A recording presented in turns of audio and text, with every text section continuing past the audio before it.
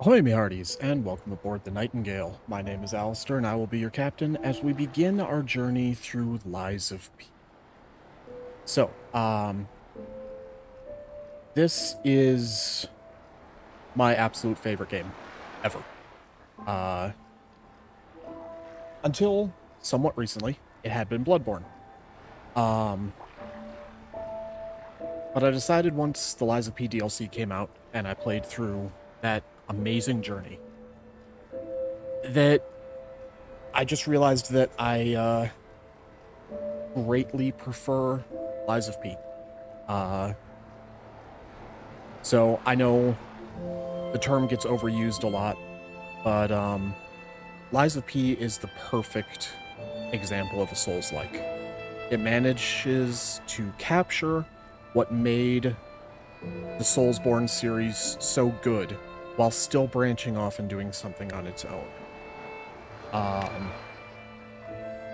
So yeah, this has been something that I've been wanting to do for a while. I had started a playthrough a while ago on my YouTube channel. We're not going to be continuing from there. We're going to be starting a new game.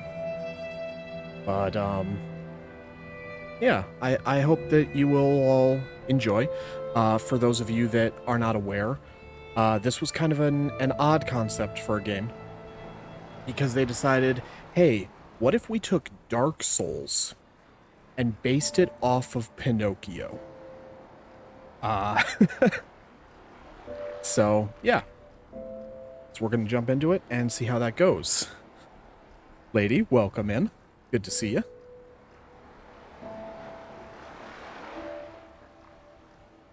What? Yeah.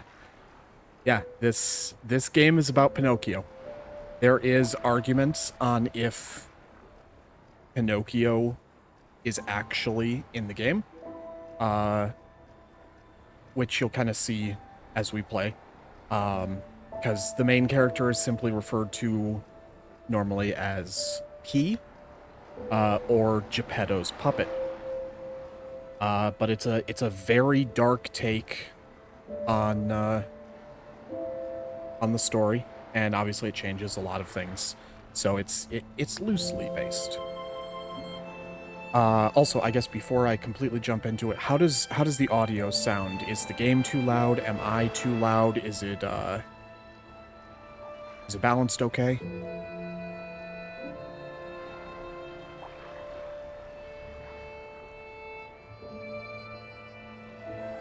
All right, cool. That's good enough for me. Let's jump into it then. Welcome in, Saint. Game audio could be just the slightest bit softer. I can probably do that.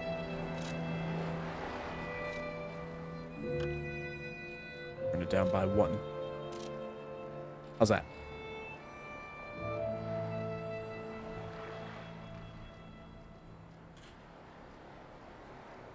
All right.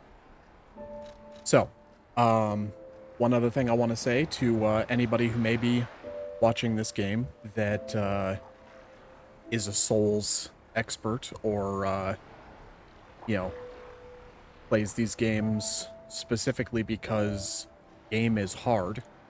I want to point out that I have beaten it in its original state. with the release of the DLC, they did something that a lot of Souls games, actually no Souls games, have done before, and they added a difficulty mode.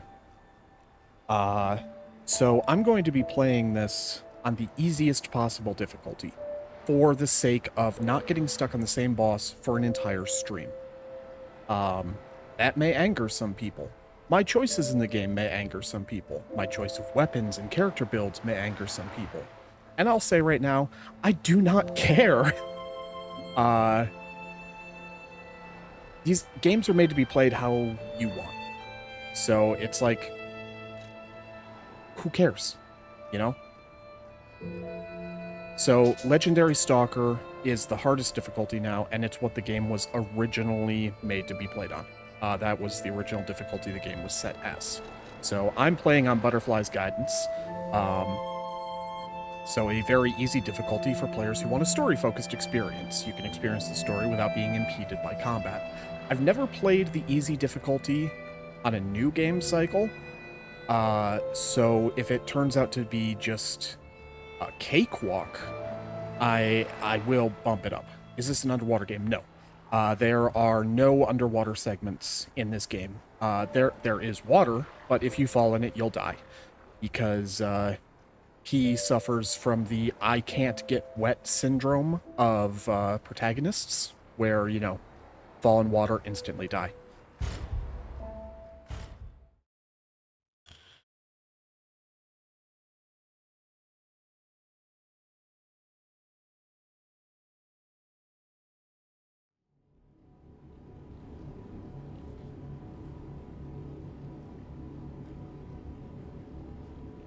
Can you hear me?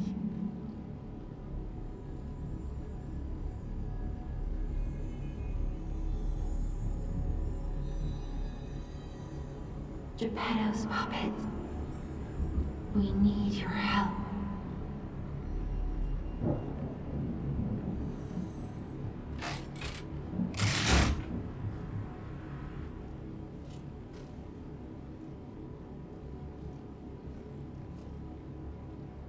And the game begins, because, yeah, boss rematch mode, cool.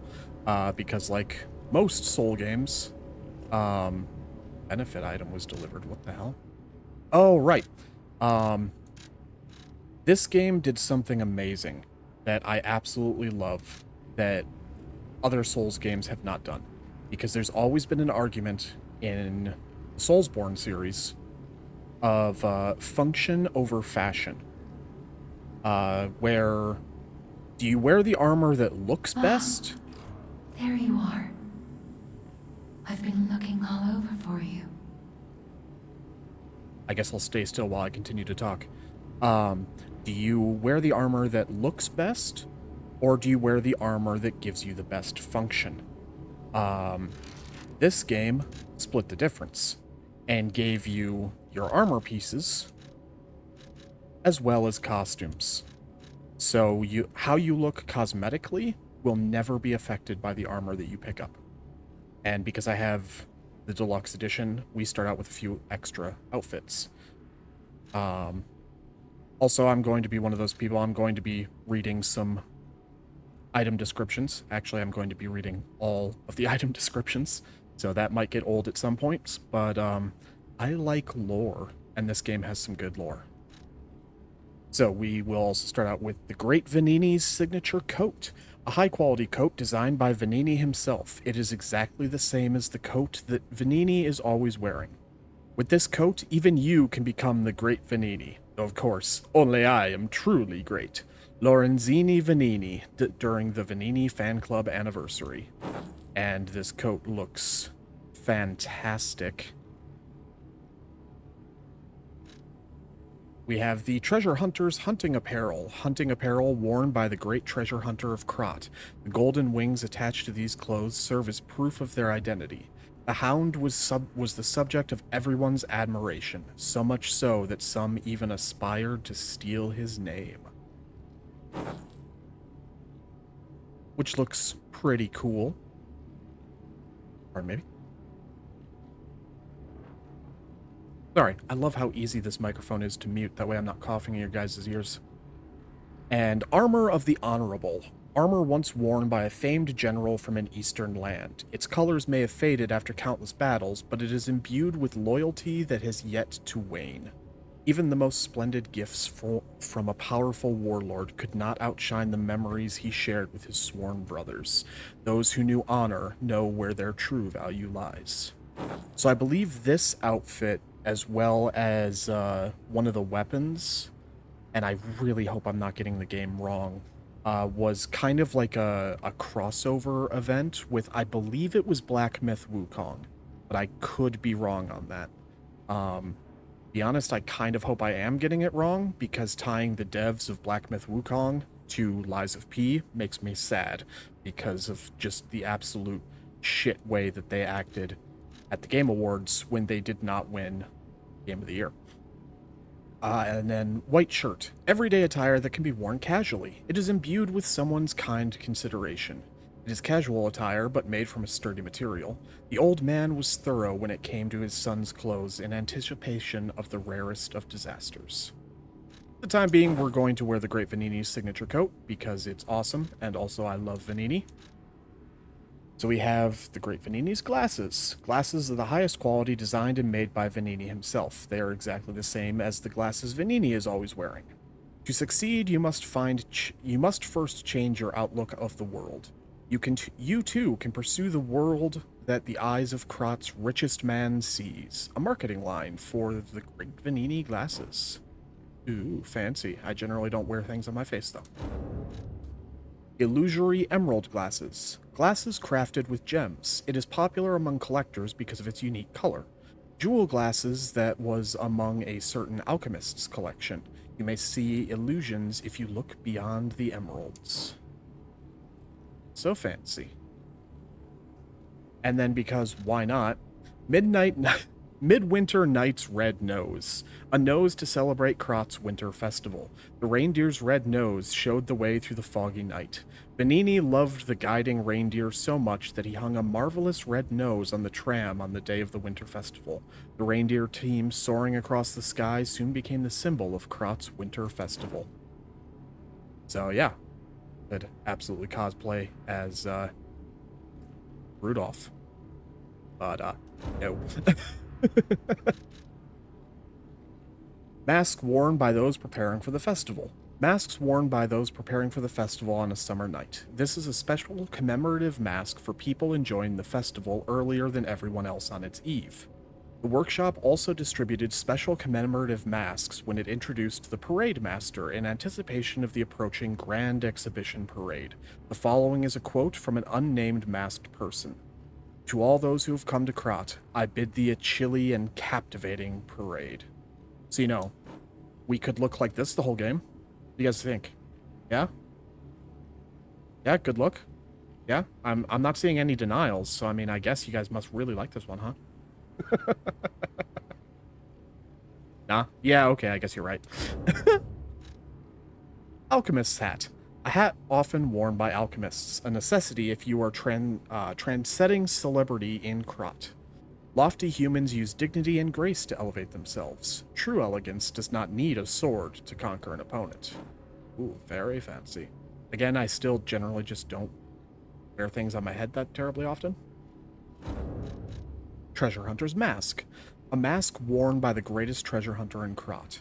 This is the mask worn by the Hound in pursuit of secrets and conspiracies. Everyone assumed that the greatest treasure hunter of Krat would be incredibly wealthy. However, there was only one true treasure that he sought to protect. Oops. Wrong button. Oh yeah, you know, I mean... Furry simulator?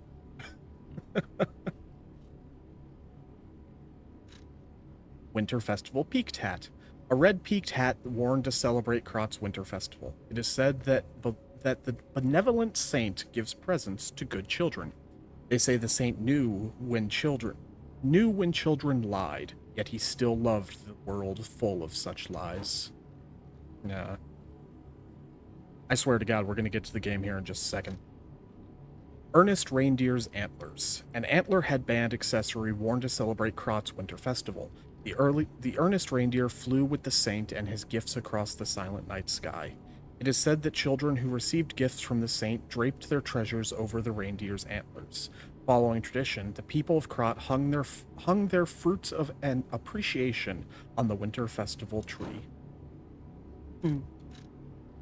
And bandana of the honorable, a bandana once worn by a famed general from an eastern land. The faded green cloth is a memento of times that he spent with his sworn brothers.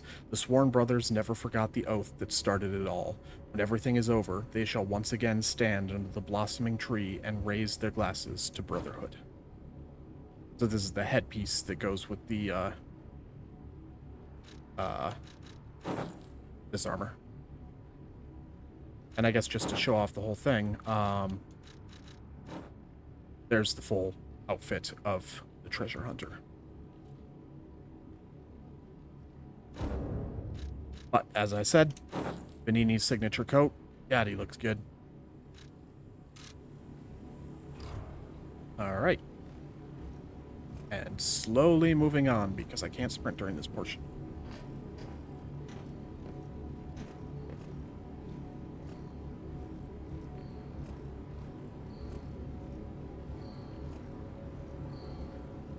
We have a blood-stained lantern. Jim already start soon. I see they got Jiminy too. But we have to hurry. My name is Sophia. Please come to Hotel Krat, and I'll explain what's happening. Jiminy, please escort him to the hotel.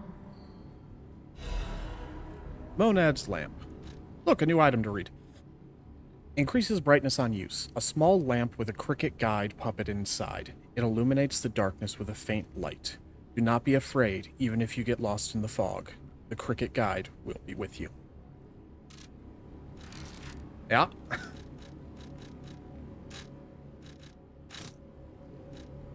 Let's see, I do not need that. And this I am moving here. All right. Let's move on. Let's get you out of there. Find something that might help. Are the voices loud enough? Can you guys hear what they're saying?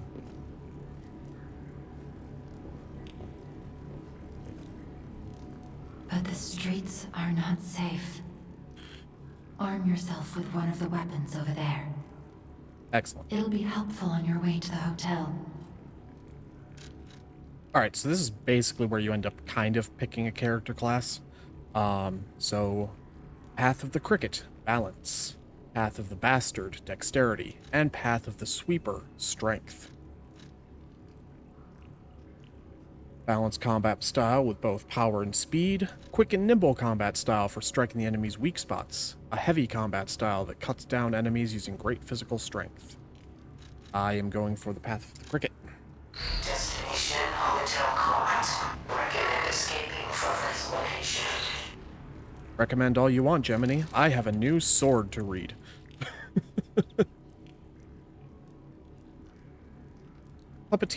Puppet Saber Blade. A saber blade made by refashioning a soldier's puppet weapon. The slight bent blade has remarkable stability. They say puppets do not shed tears because they do not have souls for vessels. If they had souls, they would have something to put tears and lies in. Puppet Saber Handle. A standard sword handle made at the workshop. It has endured many battles, and the stains of blood and grease cannot be distinguished from one another. The red stain has faded to the point where the grease can't be distinguished from the blood. The endless fighting was gone, leaving behind nothing but red upon the world. The crossover DLC also added this weapon, which is incredibly friggin' powerful. The Azure Dragon's Crescent Glaive, a gigantic pole weapon from an eastern land. Its massive weight can be borne only by those who have undying loyalty. The hero wielded this weapon for his sworn brothers and the world. The dragon's oath engraved, I speak English goodly, on the glaive has become a legend passed down for over 1,000 years. But again, since we are on super easy mode, I probably won't be using that weapon. That might be a little bit of overkill, but we'll see. Let's see. Welcome to Krot Central Station.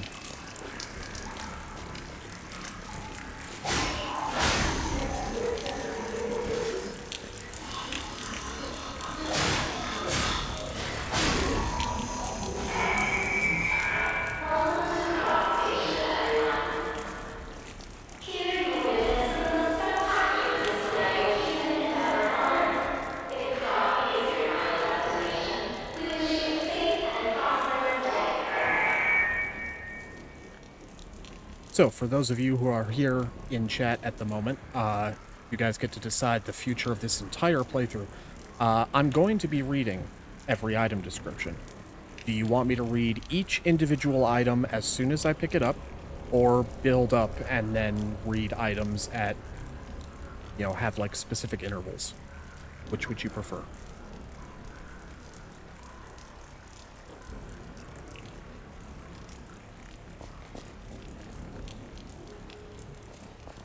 Okay, got one vote for build up.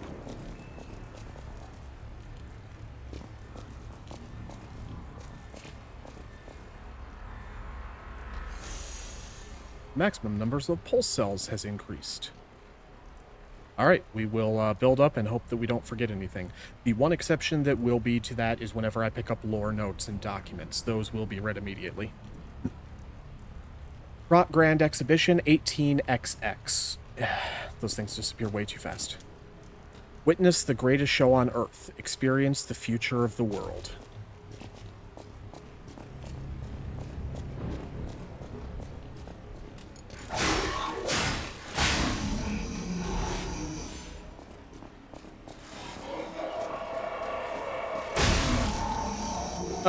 Get punched. Ooh, a dim ergo fragment.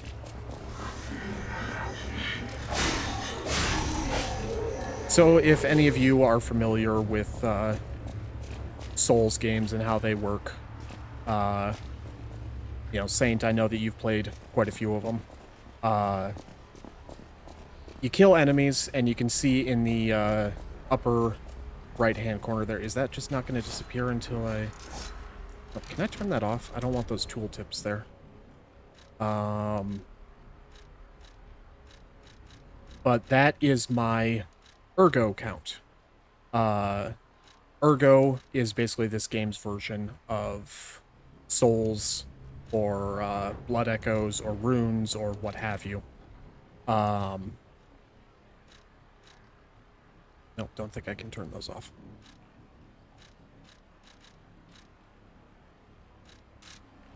Oh well, they'll probably disappear eventually. But, so that 235 up there, that's how much ergo I've currently acquired. Ow. Already did, but thanks anyway, Gemini. So, every time I defeat an enemy, I will obtain more ergo. Ergo will serve both as the game's main currency, as well as essentially my experience points to allow me to level up. If I die, I will drop all my ergo. And I will have to return to that point before dying to acquire it again. If I die before getting it back, it's just gone forever.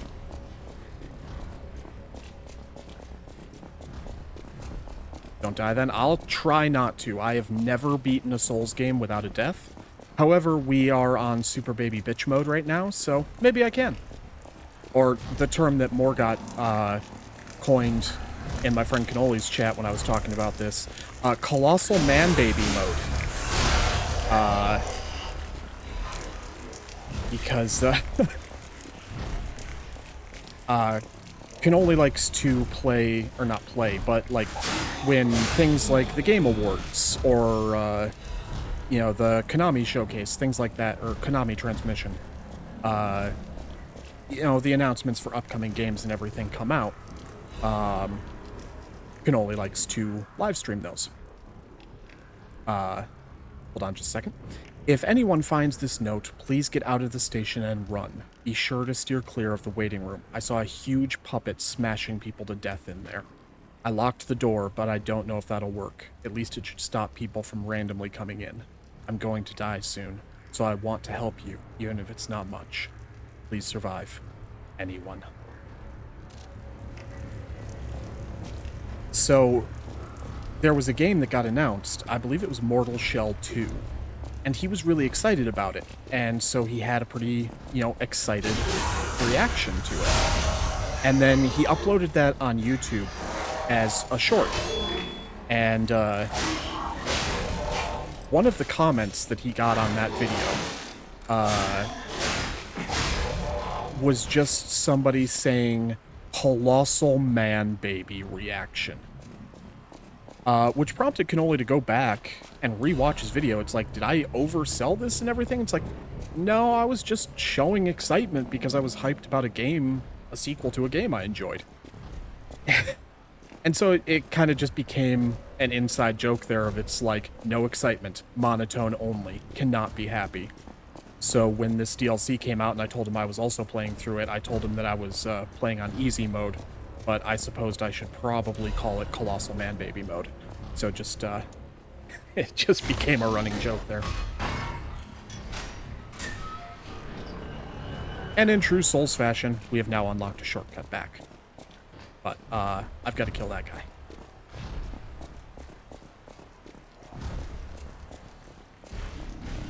Hello!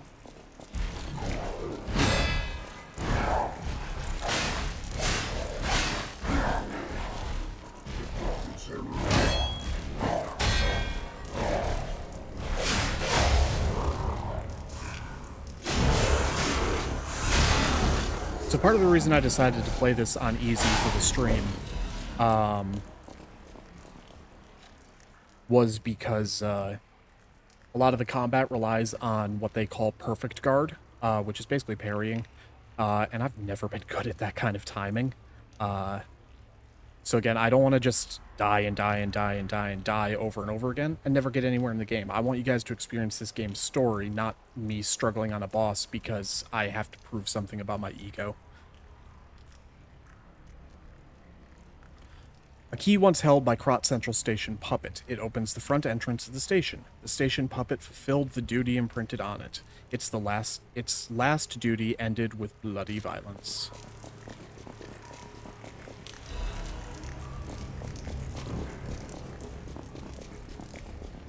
Yeah, I'm kind of the same way. You know, some games I can play a little bit more tactically.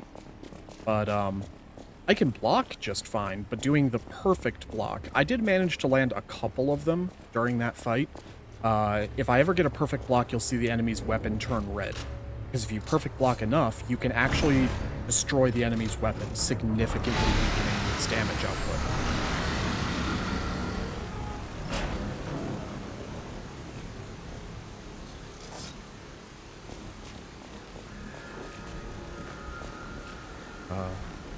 Beautiful. And this is our game's version of bonfires. So these are stargazers. So these are the checkpoints that I will respawn at, and once I get enough of them, there'll be fast travel. This is called a stargazer. A marvelous device the stalkers used in the past. Warning. Puppet threshold exceeds danger estimates. Please reduce puzzle numbers or reset danger parameters. As we are not strong enough to beat the puppets. But if I lend my power to this stargazer for a moment. Gather ergo, clever one. This stargazer will make you stronger. But the stargazer's strength doesn't last forever, so be careful with it. Hurry up and come to Hotel Krat. So basically that's warning me that it's like, I can spend my ergo right now to level up. I probably won't be able to do it again until I get to Hotel Krat. At least not at this stargazer, but that's fine. Alright, so these are all your base stats. Vitality, Vigor, Capacity, Motivity, Technique, and Advance. Vitality is your basic health. Vigor affects your stamina. Oh, that's all I can get right now? Alright. Capacity affects how much you can carry, like having equipped on your character at a time. Thankfully, inventory is not factored into weight because this isn't Demon Souls. It also affects your Legion caliber, which I'll explain in a minute. Motivity and technique affect, they're basically your strength and your dexterity. And advanced, or advance, determines your elemental damage. So for the most part, I think technique is the one that I'm going to be leveling up because I generally prefer the faster weapons in this game. This game definitely has a more Bloodborne type of combat than Dark Souls, in that it's better to be fast than overly strong. In my personal opinion, some people may differ on that.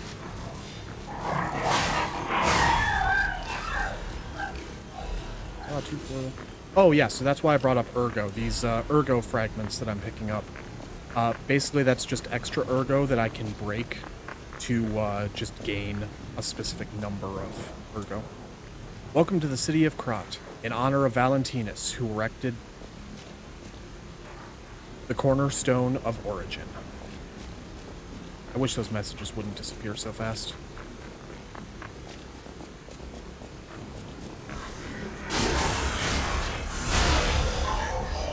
Forgot about blocking.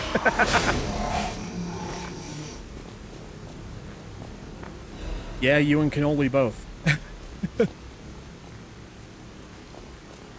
No problem, Saint. I appreciate you showing up, and I appreciate the lurk. Have a good one.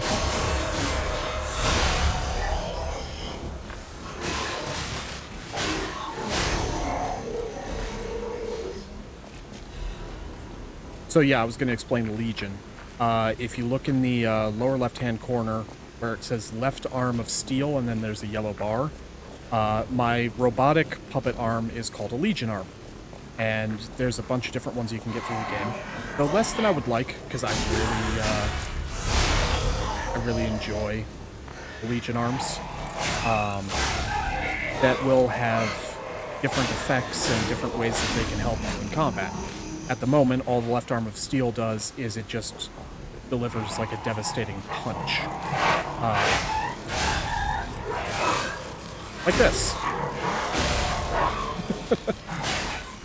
But as you can see, that yellow bar has now gone down because you have to be able to power the arm.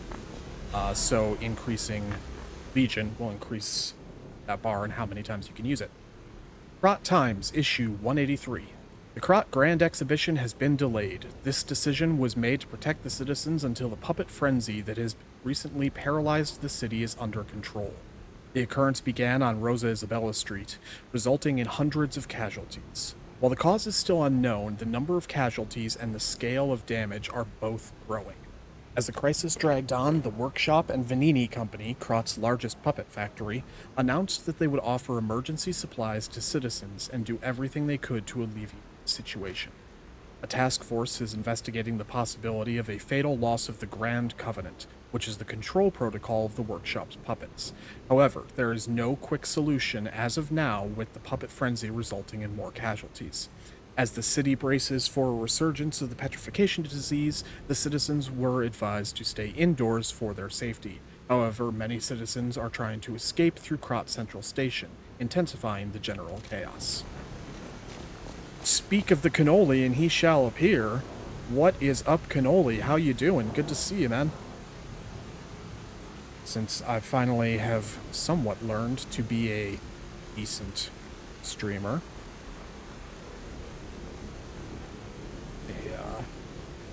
Hit you with one of these. Ha ha! There we go. I'm learning. So yeah, to anybody in chat who has not checked out Cannoli Senpai, definitely go check him out. He is one of the reasons why I became a streamer. He's an awesome dude, super chill time. Plays a lot of Soulsborne, a lot of horror games, and a little bit of Magic the Gathering. And yes, Cannoli, I did just steal your spiel. So, you know, what are you going to do about it? Welcome in, hope you're doing well.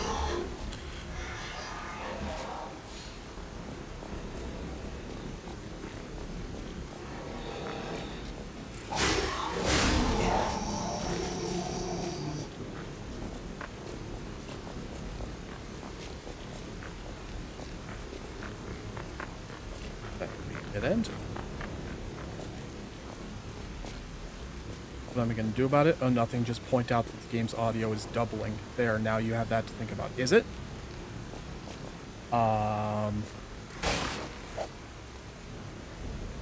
Well, crap. Okay.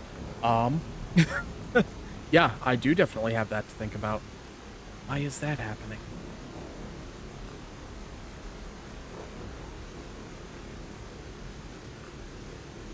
So what he's saying is that the audio of the game is coming through twice.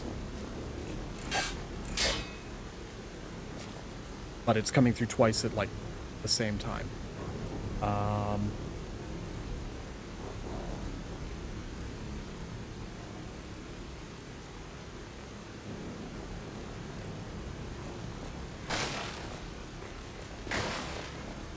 I don't suppose... I do. I just went and muted that. I don't suppose that fix it?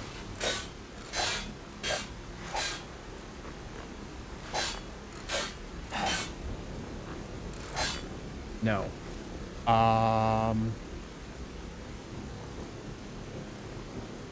Okay.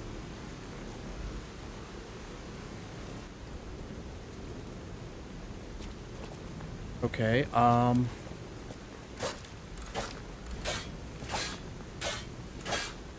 it's trying to make noise. Is there any difference there? No, well, there goes all my Legion. Sounds good. Okay. Alright, yeah, so, I guess I had 2 different audio channels capturing sound. So I guess that means that's probably been happening in every stream that I've had. Thank God there are only 2. Thank you for showing up, Cannoli. I really appreciate that.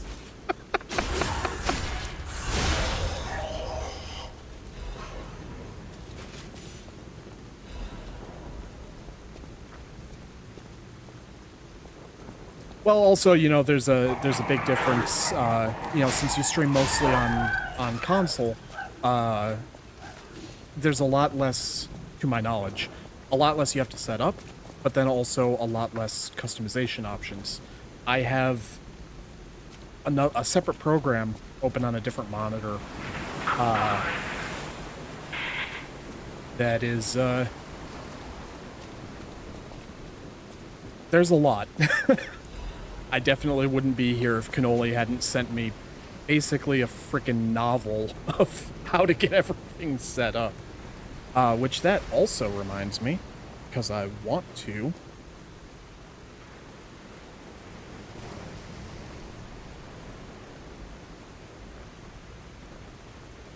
Boom. There we go. So, Lady K is one of my oldest friends. Just recently got back into streaming, playing some Fallout. So, if you haven't checked her out, go check her out. It's a lot of fun. She gets scared at random stuff really easily, and it's very funny.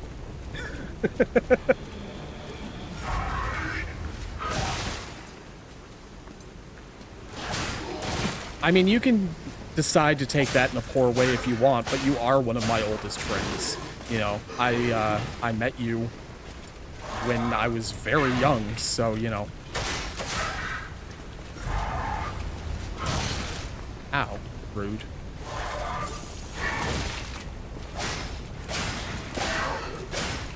But that being said, I also don't have too terribly many friends that are, older than I am. Honestly, I think Cannoli might be the only friend that I have that is older than me, besides you. Destination Hotel Quad. Optimal location for observing the destination. Ooh, that was cool. God, this game has no right to be as good as it is.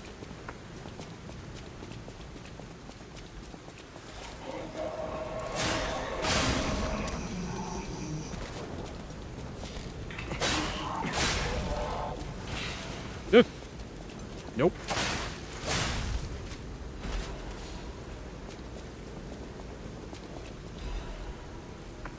Yeah, something like that.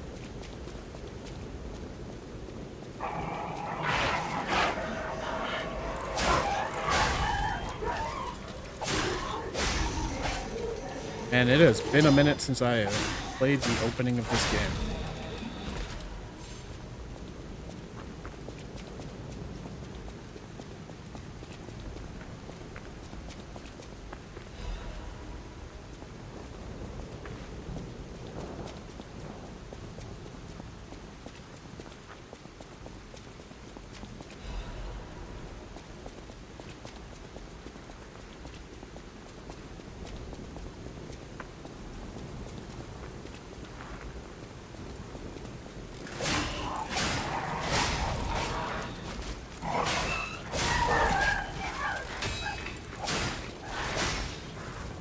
No worries.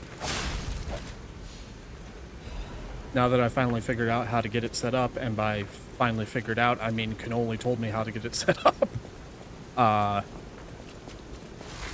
definitely want to be able to use that to help support my friends.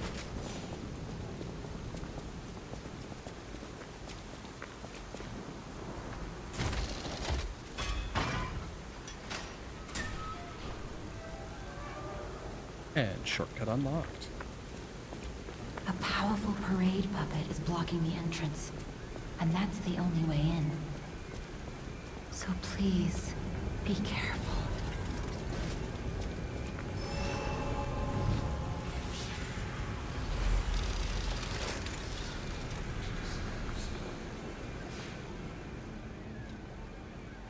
Before I level up, I should Hello see... there! Welcome to Krat, visitor. I didn't think there were any stalkers left to fight the puppets. You didn't hear? Figures. The whole organization fell apart. All that's left are wannabes and amateurs who think they can fight on their own. You ought to buy something while you're at the festival. You can't rely on yourself alone. Out here alone? You could use some help. Here's a festival gift for you. Now get yourself something useful. No worries, Cannoli. Good luck fixing things with your car. Appreciate you stopping by, and I appreciate the lurk.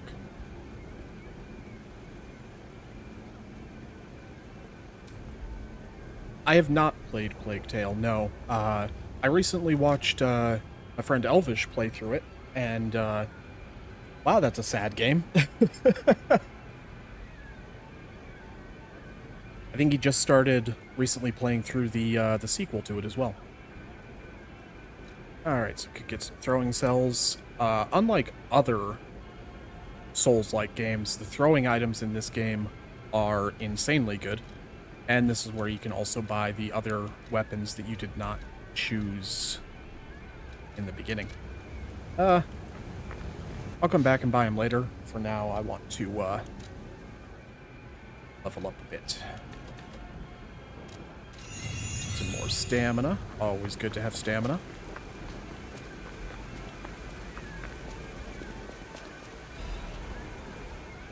Introducing the Parade Puppet. Here appears a terrific puppet that will enliven the parade. Introducing Parade Master, a remarkable parade puppet model from the workshop to celebrate the grand exhibition. Hello there, I am the Parade Master. I like singing and marching with people. The Parade Master has the following functions: 16 jolly songs, cheerful laughter, and 54 parade phrases, parade dances to delight children, the strength to carry 6 men on his shoulders. This Parade Master was made big in commemoration of the Grand Exhibition. Check out its charms on the eve of the upcoming exhibition.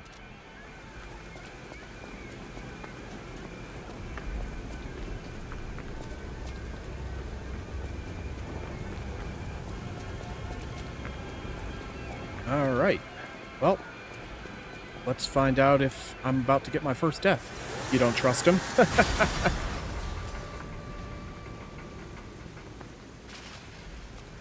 But why? He just leads the parade. Huh. Fatal. Amusing.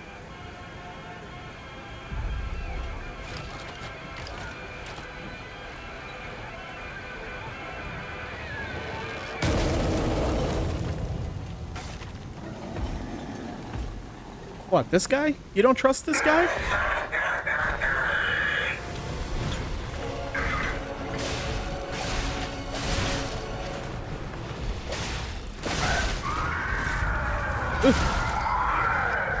So when they do red attacks like that, generally you can't really dodge them unless you're really far out of the way. You can only block it with a perfect guard.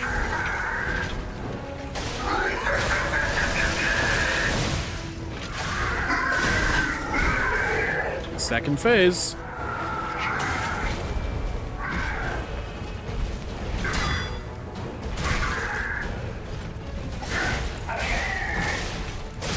I mean, so far it is.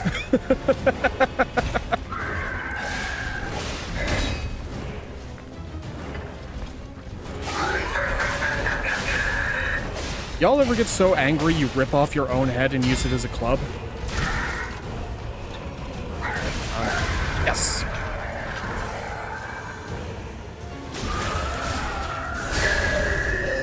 Boom. Eliminated. I got quartz in the parade leader's ergo. So certain bosses will drop a unique type of ergo that you can then trade in for either a weapon or a talisman or amulet. Amulet. Talismans are Elden Ring. Hotel Krat, the greatest luxury you will ever experience. Treat yourself to an unforgettable day. Why do those things disappear so fast? Hello. Energy depleted.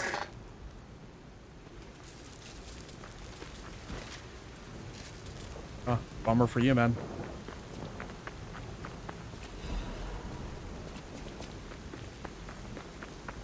So, if you guys are familiar with any of the writings of Isaac Asimov, or probably more people will be familiar with the Will Smith movie iRobot and the 3 Laws of Robotics. One more thing I should mention. The hotel's security excludes puppets like you, That's racist. so you'll have to lie to get inside. You're a special puppet after all. I mean, thanks for that, but I was talking. So yeah, the 3 Laws of Robotics are kind of the same thing as the Grand Covenant that binds puppets to protect them. Or not to protect the puppets, but to protect humanity from the puppets.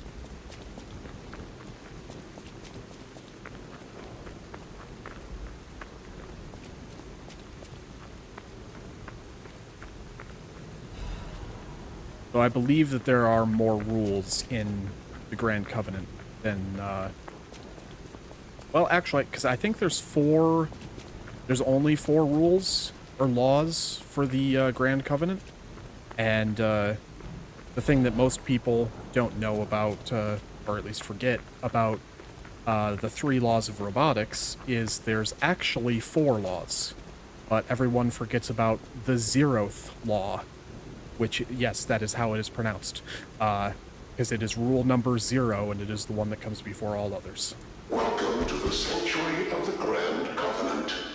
Prove your identity. Who are you? I'm a human. Grand Covenant's 4th law. A puppet cannot lie. Welcome to Hotel Krat. My springs are reacting. So yeah, that's one of the special things about me, is that I am a puppet who can break the laws of the Grand Covenant. One of those laws being an inability to lie.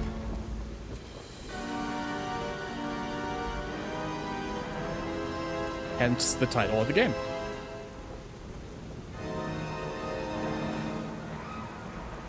There ain't no strings on me.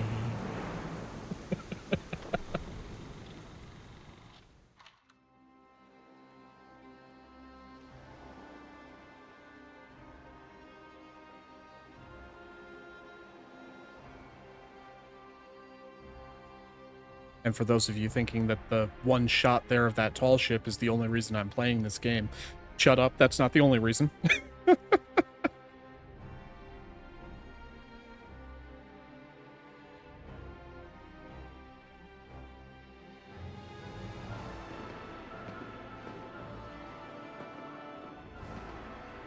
Oh, Krat was a city of marvels.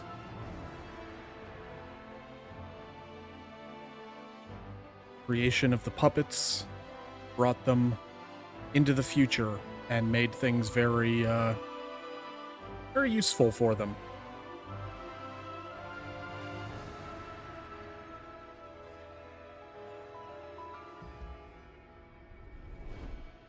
But then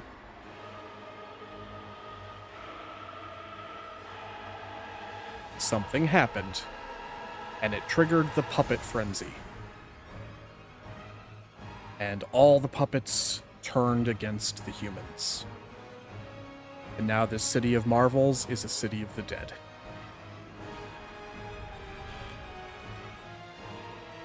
Yeah, pretty much.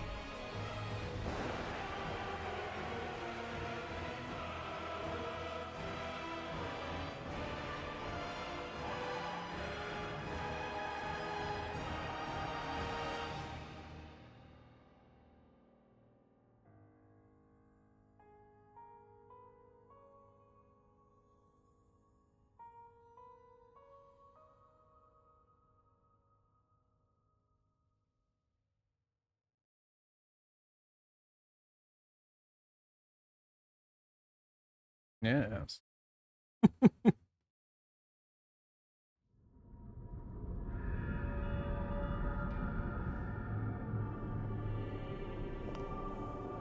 And there's our blue butterfly.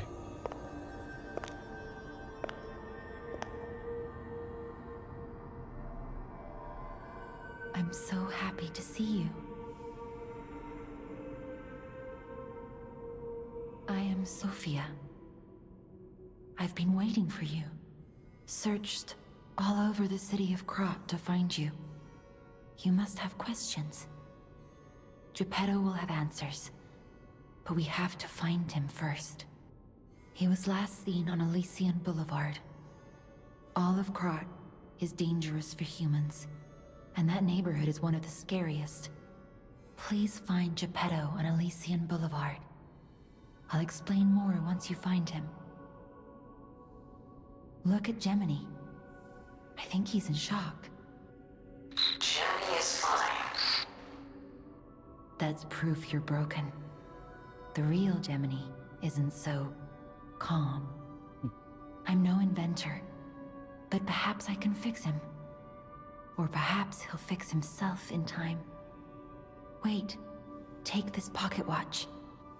Krat is a labyrinth of peril right now. This watch will guide you to a safe place. Be careful, clever one. Moonphase Pocket Watch. This seems like a good time to read some items. Teleport to hotel or last stargazer used. A pocket watch from Sophia. The power inside the watch returns the user to the last stargazer visited or to the hotel's stargazer. A pocket watch imbued with mystical power. The power of the watch turns back time to when the boy was in peak condition. A Fable Catalyst. It will restore my Fable Arts, which I haven't really explained what that is. The Catalyst made puppets more effective by circulating ergo within their bodies. This groundbreaking invention was based on one alchemist's idea. Which alchemist that was? Interesting. Thermite Bomb. After the puppet frenzy began, people began to fashion weapons of resistance in their desperation. Many throwable weapons were manufactured, and these exhibited excellent results against their marching enemies. And yeah, the throwing weapons in this game, the throwing consumables, are so strong. There have been many times, even when I was playing in the base game before the difficulty thing came out, that I could just spam these items and take out a boss without ever swinging a weapon at it. They're so powerful. Sawtooth Wheel, just a gear basically. Even worthless items can become useful if you collect them. Everything became useful in a battle in the paralyzed city. Fragment of Ergo, a mysterious power stone that can be found in Krat. Geppetto's puppet can absorb Ergo and turn it into power. Ergo is both a power source and a currency in Krat. Even small pieces can be put to good use in the city. I think, yeah, those all have the same description, except for the rare Ergo. Ergo obtained from the Parade Master. It is packed with immense power. A treasure hunter may want this rare Ergo. Although the entire audience disappeared in a pool of blood, the parade master was cheerful, and as long as there's a king, the show must go on. Quartz, a colorful tiny Ergo fragment. It activates a special ability when equipped to the P organ. There is a special kind of Ergo with different color and vibration. The workshop uses this gem to bring out puppets' different abilities. Hidden Moonstone. This is stuff that'll be used to upgrade my weapons. The Moonstone was not from this world, however it was the most optimal enhancement material. In their urgency, technicians pushed forward with using the Moonstone for weapon upgrades without time to review it any further. Oh, interesting.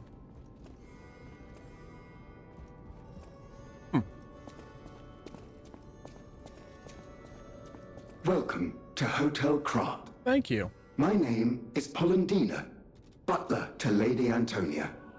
Please let me know how I may be of service. At Hotel Krat, comfort and calm walk hand in hand. Welcome to Hotel Krat. How may I be of service? Let's see. Oh, you got something to talk about. Tell me about the Grand Covenant. Covenant is a set of absolute commands imprinted on puppets when they are made. First law. All puppets must obey their creator's commands. Second law. A puppet may not harm humans. Third law. A puppet protects and serves humans and the city of Krat. Fourth law. A puppet cannot lie. I've told you about the laws engraved upon every puppet. Do you require anything else? Oh yeah, there we go. Also, because I know that you'll be the one to be the most excited about it, Lady K, do you notice anything in this scene? In this particular screenshot? Maybe look above the books.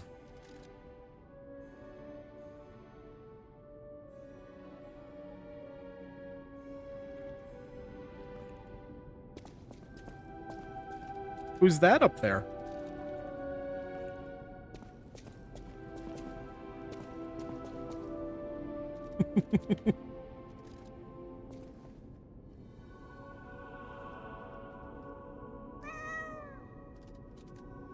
He doesn't like me yet.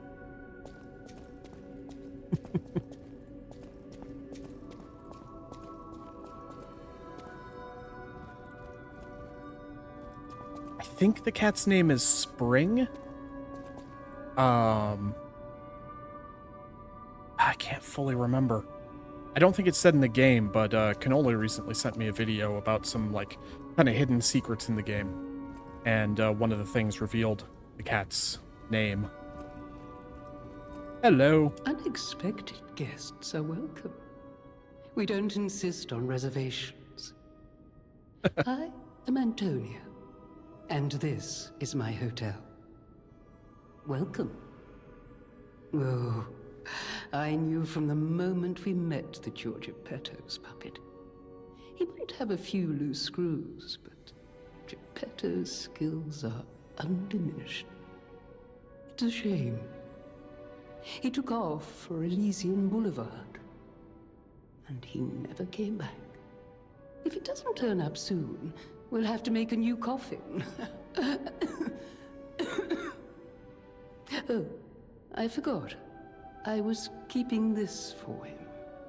It comes with a long story, but I think it's better off with you. Please find that old man, and do take care of yourself out there. Someone's memory, and the gesture of show-off clothes. Resident Evil has ruined nice old ladies in wheelchairs for me. Yeah, I can understand that. I can assure you, Lady Antonia is a good character. We have nothing to fear from Antonia. She's the owner of the hotel, and she is giving everybody refuge and safe harbor, even though she is dying from an incredibly painful disease. Which, you can kind of see it starting to manifest there on her face a little bit, and looks like she's gone blind in that one eye due to it. So we'll we'll learn a little bit more about that as we go on.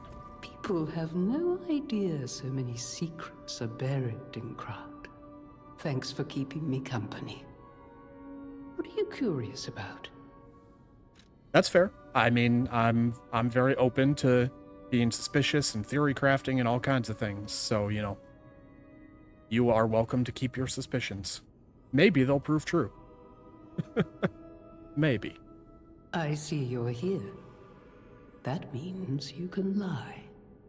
Your lies are a rare ability. You're able to choose your own path, unbound by anything. People on the outside are still afraid of puppets. Lie to protect yourself and find your path. I'm an old friend of Geppetto's. His son is like family to me. Make yourself at home.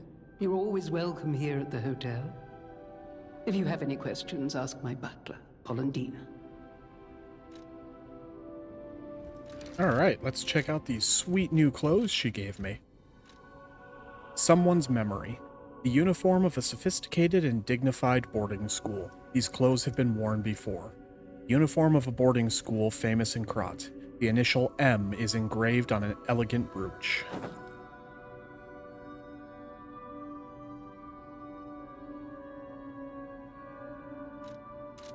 I think if I get a little bit closer to a wall, might be able to angle the camera. Yeah, there you can see, oh, no, that's just my face, but there we go. Yeah, there's the M on the brooch. So I'll probably wear this for a little while. Likely I'll just kind of keep switching into different clothing as I find it, just to show it off for a while. You know, and then eventually once we get far enough and stop finding clothing, I'll just go for my favorites. Vanini's Krat Landmark Guide 1. This month's attraction, Hotel Krat. Hotel Krat is one of the city's creepiest and most mysterious buildings. According to lore, Hotel Krat is an isolated castle built by an aristocrat devoted to a form of occultism after receiving a revelation from a radiant tree. At one point, it was used as a mental institution, and some patients said they saw hallucinations. However, no records remain as they were all destroyed in a large fire. Above all, being so far underground just compounds the rumor. Some even said that it is connected to an unknown hell. But now the rumors have served to embellish the charm of Hotel Krat, which has been renovated in the latest style. As the recent rumors of the grand exhibition Ghost Hotel spread, more customers are actually looking to stay at the hotel. Next is a comment from the hotel owner, Miss Antonia. A ghost hotel? I've heard that more times than I can remember. But fortunately, our hotel guests are brave like lions. It's not a problem at all. Rating, 4 out of 5. Creepy and mystical. Best resort in Krat. Reporter Madero. This guide was made with the support of the Vanini Company, a friend to the city. Why does it remind me of Flapjack? Hashtag Elden Ring connection? Explain. Also, I'm going to need an explanation. I don't know who Flapjack is. I know Flapjack as another word for pancakes.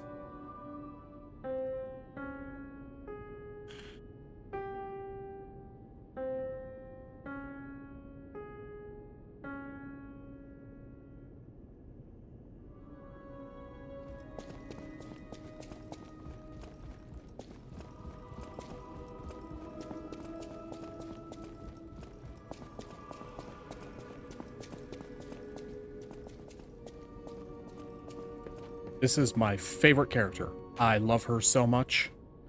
There's a kid in the Cartoon Network that show that was super messed up. Oh, okay. Interesting.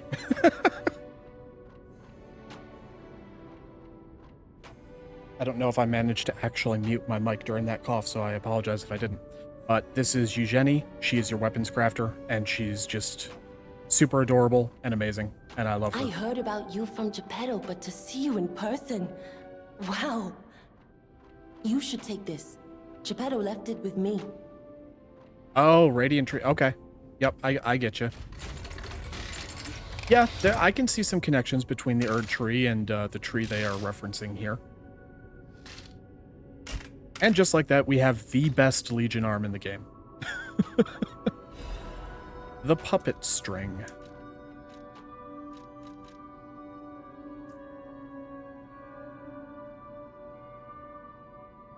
So, a Legion arm that can release a wire. It can be strung around an enemy to drag it towards you or to move you towards it. Stalkers devised a tool that increased their mobility during combat with puppets. The wire instantly narrows the distance between one and one's enemy, but cannot guarantee one's safety afterwards. The sound of it alone. That craftsmanship comes only from the hands of Geppetto. You must be something else. A custom arm from Geppetto himself is quite an accessory. Oh, I forgot to introduce myself. I am Eugenie from the Workshop Union. I know my way around weapons of all kinds. I'm sure Master Geppetto would agree. If any of your weapons need work, bring them to me. I know my way around a weapon. Want me to look at something? Alright, so I'm not going to upgrade anything. One of the really cool things that this game did with its weapons, with non-unique weapon, like my Puppet Saber, you can see that it says Puppet Saber Blade and Puppet Saber Handle. Eventually you'll actually get the ability to separate those, so you can break weapons apart and recombine them if you like how a specific weapon head works, but you like what the handle does. You can modify them and make your own weapon. You can't do that with unique weapons like the Azure Dragon Crescent Glaive. That cannot be separated. It's always going to be the way that it is. And I'll expound on that a bit more in a minute after I'm done speaking with Eugenie. A stargazer is a survival device used by the Stalkers. It powers itself by accumulating and absorbing ergo spores in the air. The Stalkers installed stargazers all across the city. Once they're recovered, we can put them to use. If you want to test your skills or try new techniques, head for the garden. The Stalkers captured a puppet to use for training. Don't look at me like that. Everyone hates puppets. I know whose side you're on. So I can't tell, is that a chain or an emblem? Oh, it's a pocket watch.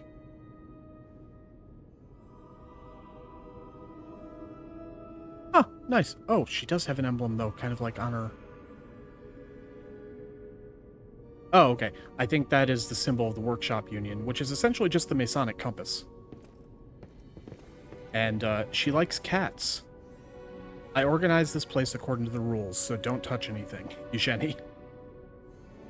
So yeah, she's the one taking care of Spring. Which is what I'm going to continue to call that cat, at least until I rewatch the video and determine whether or not that's its actual name. So this was the other great thing that this game did that other Souls games didn't. There are 2 training dummies out here so you can actually test out your weapons. And there's one that will not attack, and one that will.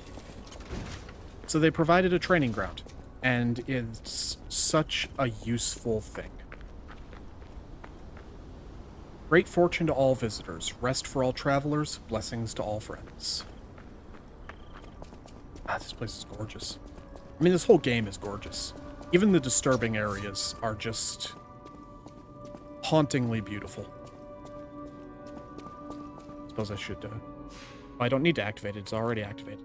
Excellent. I'll use my power. Oh wait, because Paul and Dina is also Welcome a shop. to... So, does he have anything that I want? Fable Catalyst, Legion Magazine, which will restore my Legion, Sawtooth Wheel, can't afford the quartz. But I will eventually buy that quartz, but for now I'm just going to level I'll up. use my power.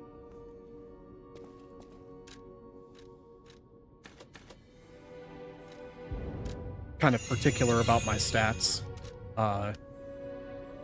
It is the small amount of OCD that I have. You know, I want them to be in even numbers or I'll use intervals of my power. 5. We have more to talk about. Ergo is the miracle that made Krat prosper.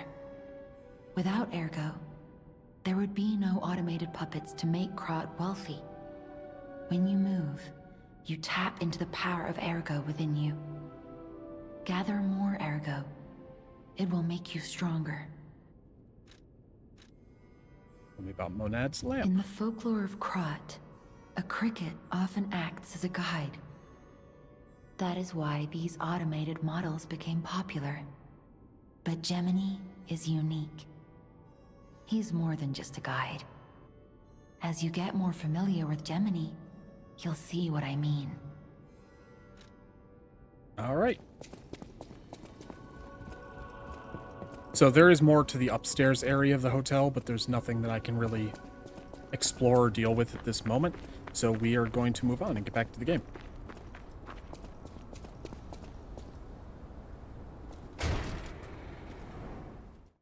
Water cats, yeah. But she defends them very vigorously.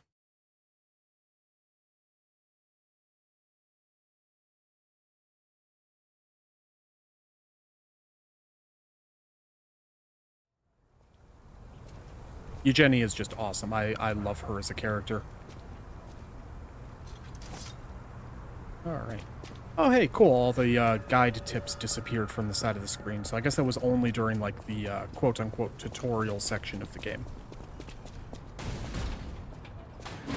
Hey, let's be more careful. The Black Rabbit Brotherhood. I hate these guys. But don't be alarmed. My name is Gemini. We'll talk later, when we're safe. So yeah, Gemini's a little bit different now, huh?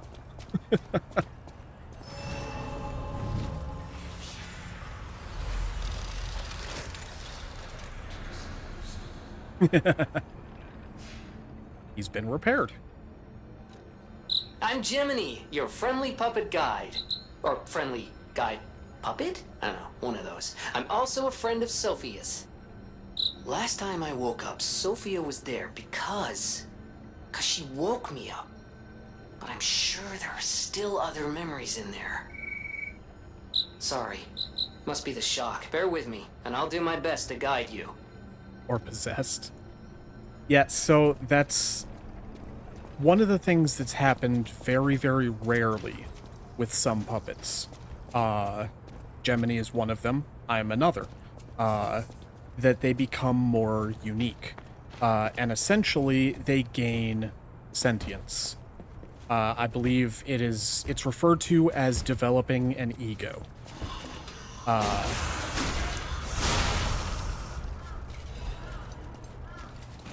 So yeah, he's a puppet.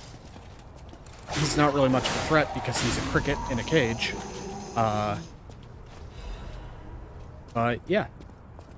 So he's your guide now, and your friend. Or is he?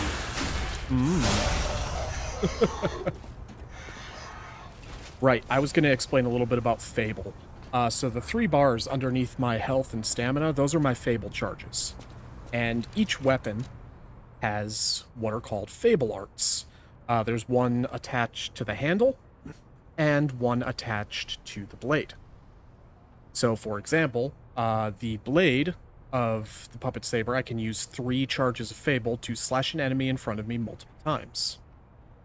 And I could use 1 Fable charge with the handle to concentrate, which will increase my attack temporarily. And each weapon will have different ones. And so that's why you sometimes would want to mix and match them. Because maybe you really like the concentrate ability from this particular handle, but you find an attack ability that you like a lot more with a different blade. Hopefully it's not a bad ego. I got too many trust issues for that shit. Yeah, I think ego was a poor choice of words. Elysian Boulevard was a regular rich people row. You wanted fancy boutiques and shops. No place better. But that was long ago. Before the puppet frenzy. And I'm assuming that they chose ego as a way to mean sentience and personality, just because of kind of like the play on ergo, which is what powers it. So just because I hadn't shown it before, this is what happens if you try and open a shortcut from the wrong side. Because the button is broken, so you get shocked. Thankfully, it doesn't damage you.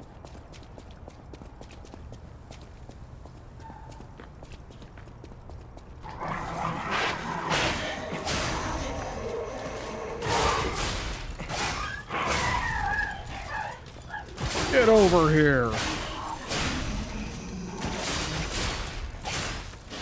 You know, I bet that joke has never been made in the history of playing Lies of P. God, I'm so original and funny.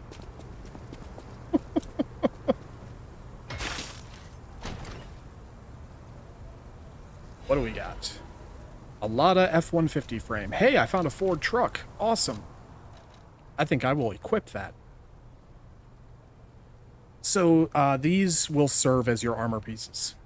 So a basic frame made by the Workshop Union. It is a part that reinforces puppet frames made within standard dimensions. This item was made in the Puppet Workshop for the purpose of improving strength while limiting the weight increase as much as possible. However, the weight is significantly greater than the standard version. I didn't know I just had that from the beginning, so that's already better armor. But the F-150 frame is better.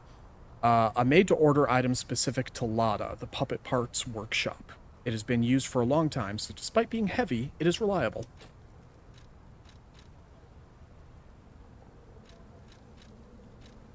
Okay, so yeah, that's all I've got for there so far. Oh, right, I can, oh, can't be changed here. But maybe I can just get it here. Yes, okay, so the original, Legion arm that I had has a description. Left-hand parts made with exquisite detail. They do not have special powers. Geppetto's name is faintly engraved on them.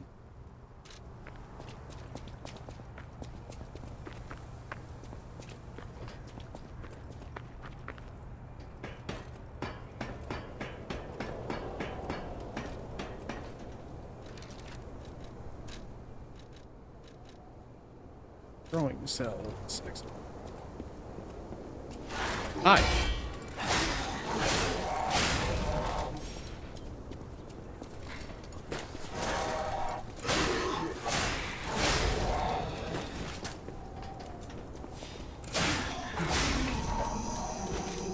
Man, I wish I could just, you know, pick up that double barrel shotgun. That would be a lot of fun to have, and I would enjoy it.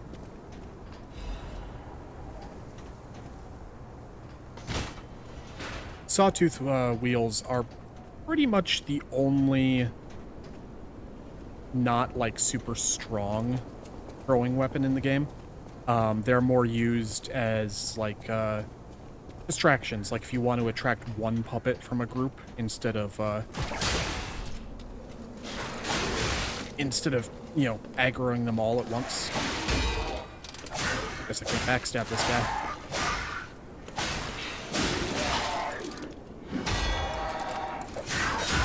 So when their health bar turns white, if I hit them with a charged heavy attack, I can stagger them and then be able to trigger a heavy critical hit there, which I will not be able to refer to as anything but a visceral attack because Bloodborne. Mentioned the supermarket game to my friend that also streams and now she's streaming it. Hell yeah. Supermarket Simulator. I don't know why it's so damn good, but it's just good and addicting.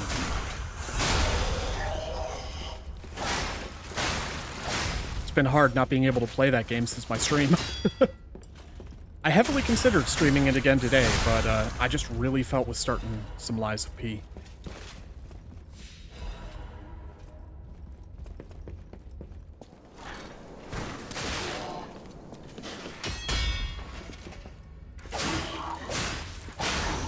Chimney sweep.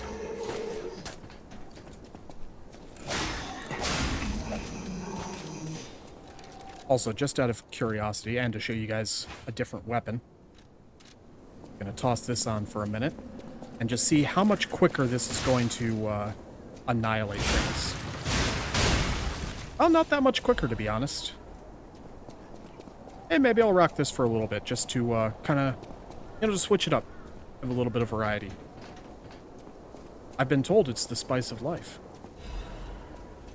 Electric Blitz Abrasive. So that's a special thing that I can put onto my weapon to basically grant it electric powers for a short time.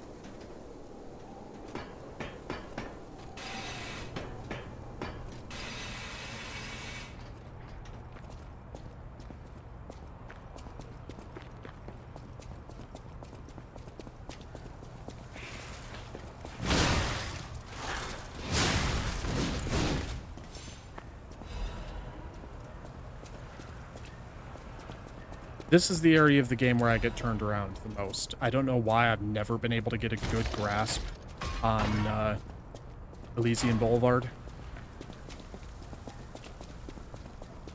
So I may end up running in circles at some point, but we'll see.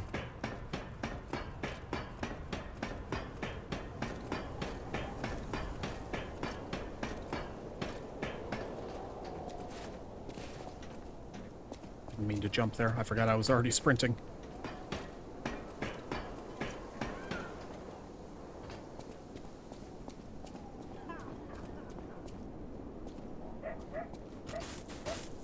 Oh, I'm out of Legion. Oh well. Hello. Now you, sir, are a dick. Yeah, I got those too.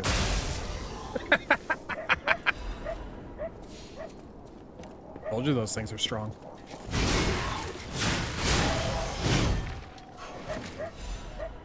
I do have to say, I do love the moveset of this weapon. It's so good. Stop that. Friggin' chimney sweep.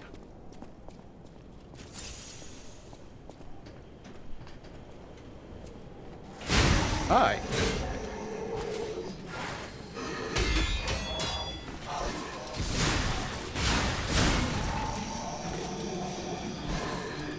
No.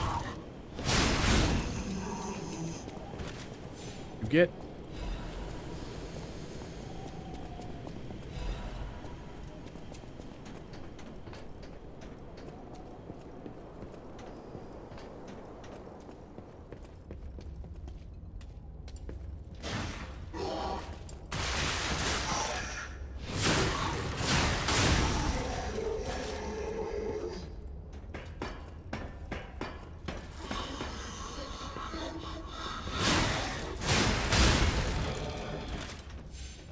So this game really did a good job on answering the question of what would a robot look like as a zombie?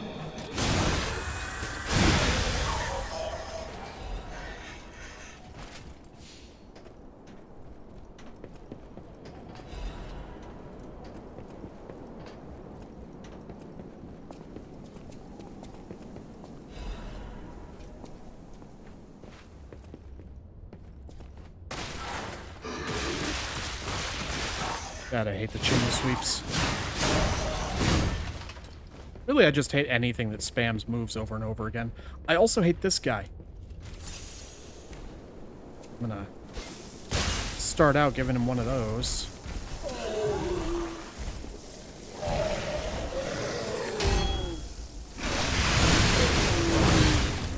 So yeah, that was one of my favorite ones.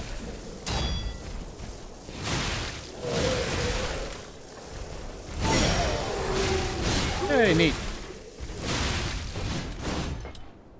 Able to do sneak attacks. Kinda, yeah. If you can, there's no, like, sneak function, but if you manage to walk up behind an enemy, you can usually initiate a backstab.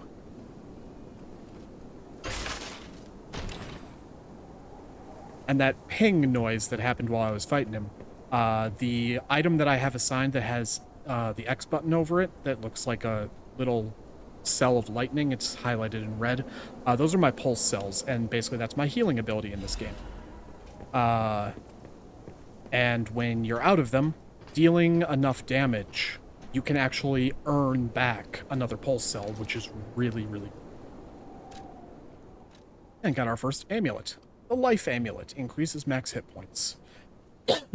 An amulet that can be equipped on a puppet. Information and memories that are useful for movement can be imprinted on the symbol to draw out special powers. The slightest blink is enough to make a puppet move.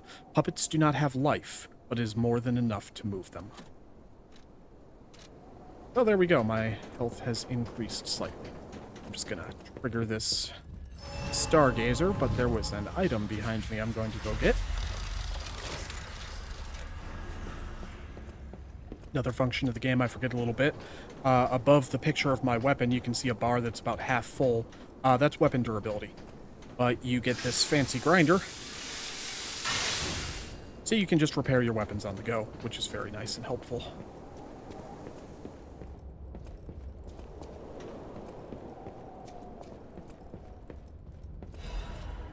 Frozen Man's Letter. My Louise and Charlotte, my treasure. I can't hear anything. I think the streets are already dead. Nothing but silence. I assume that I too will become just another petrified corpse soon. I still remember the sound of your singing voice and the sight of Charlotte looking at picture books. I miss all of it. The best thing I did when I was alive was send you and Charlotte to the cathedral for shelter. I wish this nightmare was all over. If only you and the kid could come back, but I guess now it's impossible. I love you, Louise. I pray that you're safe. And that unlocked me another gesture, the remembrance.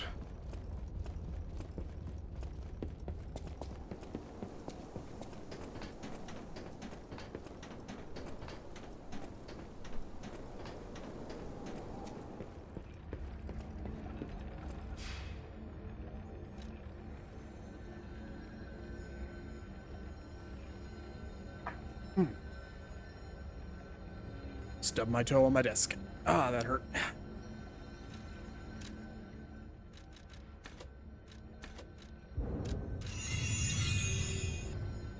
So, like in Souls games, using the Stargazer is a bit of a double-edged sword, because it restored all my pulse cells, but also, other than bigger, more unique enemies like that big guy I just fought, all the puppets that I just killed are alive again. Hello! Why, hello! I didn't know anyone was alive out here. I know what you're thinking, but I'm not a burglar. I'm just crashing in an abandoned house for a while. Don't worry, I won't cause any trouble. We survivors need to look out for each other. Sure. For your information, I didn't steal this. Yeah, anybody who tells me that they're not a burglar and didn't steal anything, I believe them immediately. Oh, I want that. Let's see, do I have any... Oh yeah, I definitely do. So let's see. I need about another 900, I think it was. For your information. Cool. Oh no, I didn't need anywhere near that much. Electric coil stick. Yes. Emergency protection. Yeah, I don't... Throwing cells are nice. Yeah, I'll get some more throwing cells. Those are useful. I absolutely love this weapon. It is one of my favorite. And we'll be using it for a while. Plus, it's very good against puppets because by default, it does electric damage. So there are certain elemental weapons you can find while playing. So that way you don't have to use...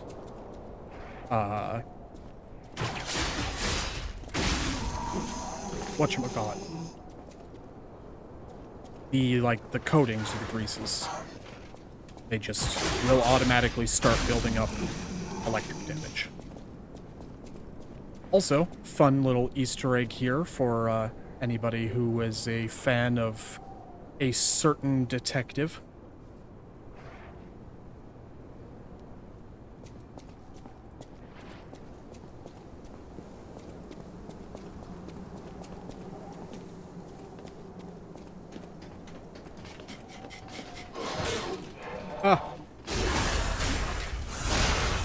So yeah, those are the essentially quote-unquote sneak attacks that you can do. If you... What? I'm going to destroy you. So if you manage to get behind somebody and get those, 3 little lines, then you can do a special attack animation that just deals a crazy amount of damage. Oh, hi. Could you not? I just picked up a book I would like to read. Thank you. See, now you made the quick thing disappear. I want to kill you again. Benini's Krot Landmark Guide 2. This month's attraction, Alchemist Bridge. The Alchemist Bridge is the bridge on Elysian Boulevard and the main way to Krot City Hall. The Holy Ouroboros, the mark of the alchemists, is fittingly engraved into the bridge. This shows that the alchemists are not just a powerful, privileged class, but have also dominated tremendous amounts of money across the city. Thanks to the thriving culture of the philanthropy in Krat, you can find areas with names of prominent figures. It's like the city's motto: the citizens are the owners of the city. The most widely known attraction is Rosa Isabella Street. It's named after the cultural sponsor, Lady Isabel Monad. But if you think about how the lady's married to the leader of the alchemists, Valentius, you'll think twice about who really is in control of Krat. The union of Krat's old families and the organization of alchemists is shown in this symbolic form. Given that the sacred Ouroboros mark is engraved on City Hall as well, it's obvious who owns the city of Krat. Rating: 3 out of 5. A good place to learn about Krat's beginning, end, and its essence. Reporter Madero. This guide was made with the support of Vanini Company, but may not reflect the company's opinion. Tongue-tied, yeah.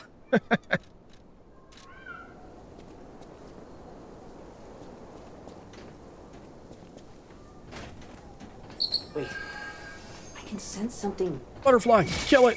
strange. Jeepers! Is that a butterfly? It certainly was. Why is the ergo reacting like that? If you want to check it out, I can take point. How are you gonna take point?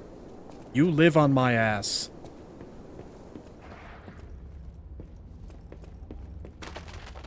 Warning, petrification disease quarantine zone, no trespassers.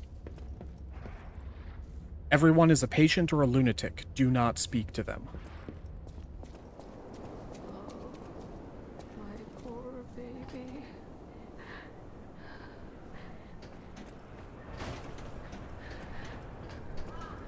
Hello. Oh. This must be your first time in the petrification disease quarantine zone. For most people, this is their last stop. You are a good Samaritan for coming all the way here. I'm one. May I ask you a favor? My family took my baby from me and sent me here. They said it was for my own good, but it was heartless just the same. A baby must be with its mother. Please go to Krat City Hall and bring me my baby. I'll find her. Thank you so much, kind one. I can finally see my sweet Elena's face again. Please hurry. Hard scales spreading across my eyes. Before I lose my sight, please. She said the baby was at City Hall. Should we check it out? I hope everybody's safe. Why would you say that, Gemini? You've just cursed everybody to die. So yeah, now we've learned a little bit more about the petrification disease, which is what Lady Antonia is suffering from. Poor woman, yeah, absolutely. Much like your mention of A Plague Tale earlier, this is a great game. Don't expect too terribly many happy endings.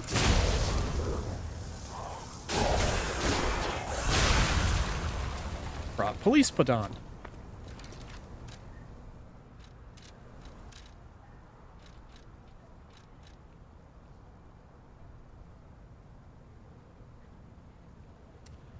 Ahead from the self-defense baton used by Krat police, the hard cudgel can be used to bash all kinds of puppets. After the violent protest with the factory labor union, it became customary for police batons in Krat to be painted black. The reason needs no explanation.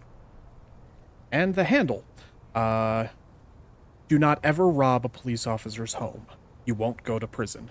It's a one-way ticket to the sewers with a head smashed by a police baton.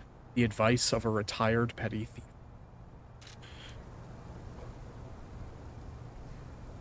Yeah, this game has an amazing story, and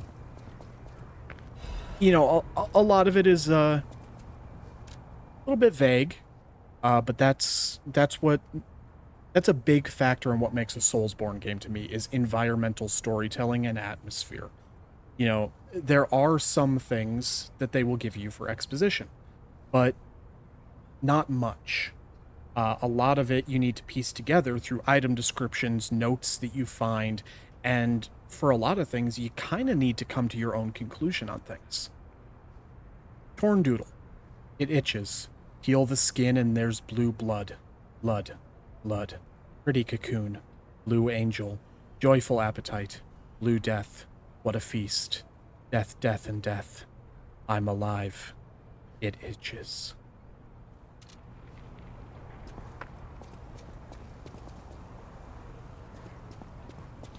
See? Happy.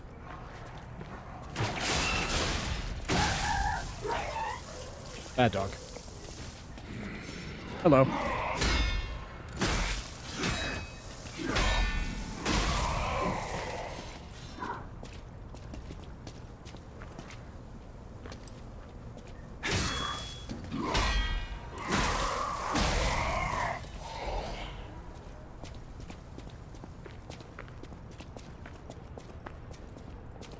Yeah, I don't want to go that way yet. That is the way forward. And as every good gamer knows, going the correct way the first time is the wrong way to play. So, got a shortcut opened there, and I see some items back there I didn't get, so I'll go back there in a second, but I knew there was another shortcut here leading back up to the Stargazer.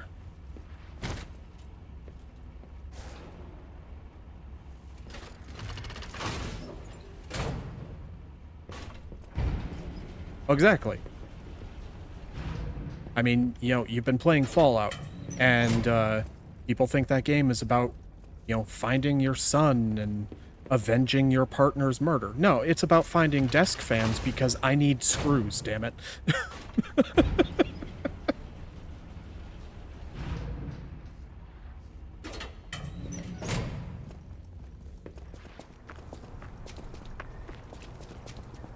No, there's one other side quest person around here somewhere-ish, and I need to find him.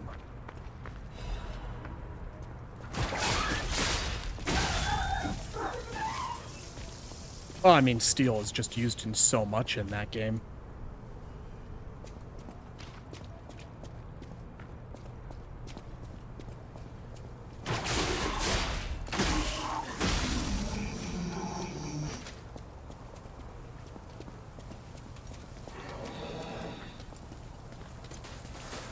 Oh no, I was out of Legion. That's not good. I'm so used to, because my main character that I've been playing this on, I'm in New Game Cycle 4, so I've beaten the game 3 times with that character, so I have my stats much higher, so I'm used to having a lot more Legion. Right, here's a good time to bust out the sawtooth wheels. Because these things are traps. So it'll leave a pool of electricity for a little bit.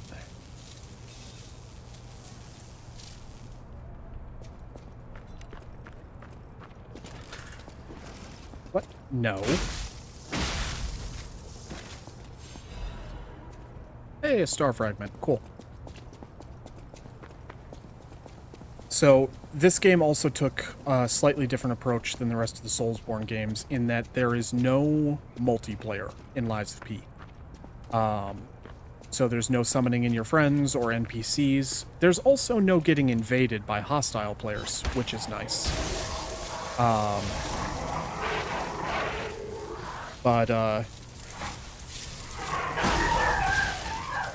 For certain boss fights, you can still summon NPC allies using those star fragments. Which I normally do just because it's cool to see.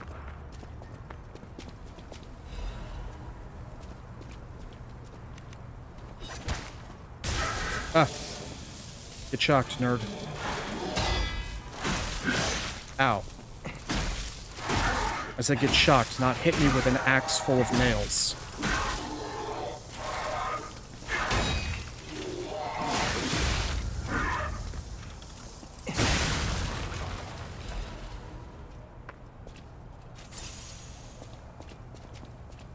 Said you play Skyrim. What race do you usually go with, and what type of player are you? That is a somewhat difficult question, because I've played Skyrim so many times. I've played most of the races to death. My current character that I'm running through on, I am playing as an Altmer, or the High Elves. And generally, I am a Spellblade, so one-handed weapons and magic.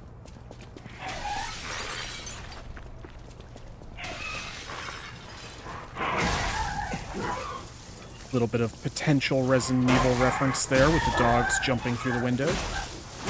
Or I'm just reading too much into it, but I love Easter eggs, so I'm going to assume that I am correct. Alright, here's the other NPC I was looking for. Who is it? Is that you, Murphy? Nope. Oh, I guess not. Sorry, I thought you were my friend, Murphy. Murphy is a super cool police officer.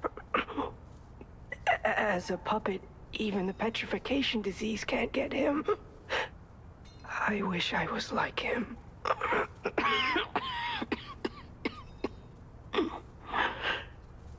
You should leave so you don't catch the disease from me. If only we could play together like we used to. Murphy, I miss you. If only we... Murphy. So yeah, there's a dying, maybe 8-year-old. So yeah, you know, happy game. But I needed to trigger that dialogue before I moved on.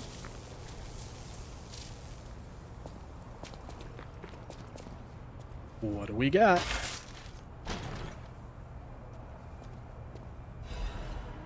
Workshop Union Standard Insulation Converter, a new piece of armor.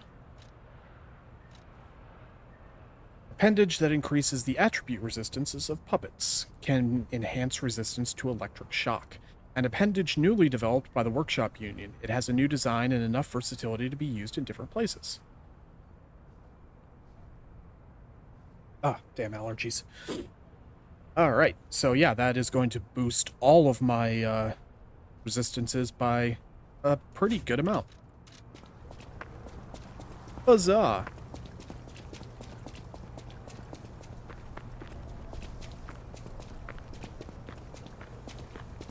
Alright, so now I can go back, probably rest at that Stargazer and level up, and then move on.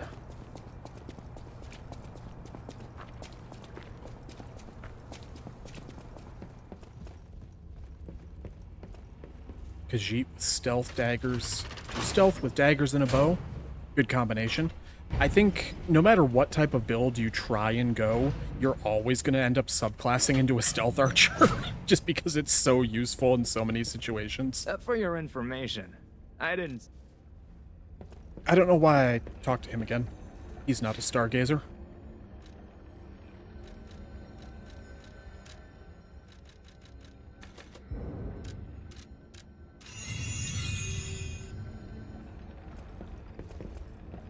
What I think I'm gonna do. Wrong. Yeah, I'm just gonna burn my ergo here and see if I might be able to get another level or two out of it. Looks like I have enough for 2. Excellent. A really nice feature that they added, if you look in the upper right-hand corner next to my ergo, there's a little symbol with like a heart gear that says 2. That came out with the DLC, and that lets you know when you have enough ergo to buy a new level, and how many you can get. Alright, so now that everything's at 10, I'm going to be a little bit more particular on my leveling. Something I felt with this game over other Souls games is that almost regardless of what build you're doing, every stat is useful. Whereas, you know, you play a game like Dark Souls, if you're going for really heavy two-handed weapons, odds are you're not really going to need to level up your dexterity very much. but I usually go for a balanced playthrough in this game. So my weapons will benefit from everything. What do we got? Nini's Urgent Repair Tool. Cool. So that'll just be like a super fast repair thing in case I don't have the time to use the grinder. I don't think I've ever actually used one.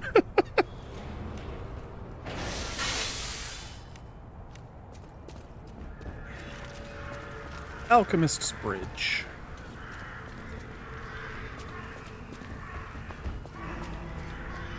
All puppets will be destroyed. Come out, Geppetto! You've got a lot to answer for! And here we reach the second boss. You know what caused the puppet frenzy, don't you? You're their maker, practically their father! You and the alchemist scheming together. Tell me the truth! What's your problem? I'm here for the old man. Get lost. Wait. I know you. Or more like, I know what you are. You're the devil's puppet. You can't sneak past me. Die! All right. So we have heard the Cursed puppet! Back again! The Stalkers be mentioned, and they are the third group within the city of Krat. I don't know what their like original purpose really was. But when the puppet frenzy happened, the Stalkers were the ones that were out in the streets fighting them. And they're broken up into several factions, the two most prominent being the Sweepers and the Bastards.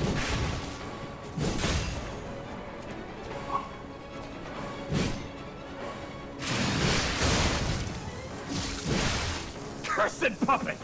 Back again!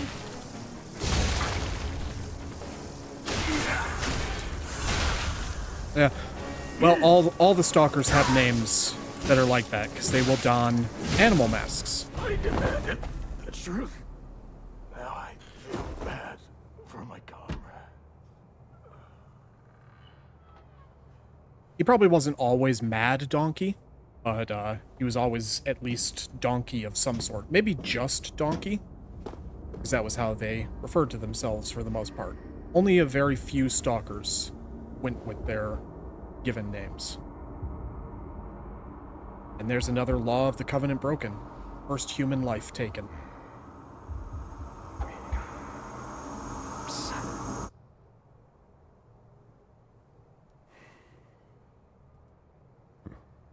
Finally, we meet, son. Yeah, he was a bit of an ass. It's a dream come true. Seeing you like this, I understand why some people despise me. I invented the puppets, after all. I should take responsibility as their maker.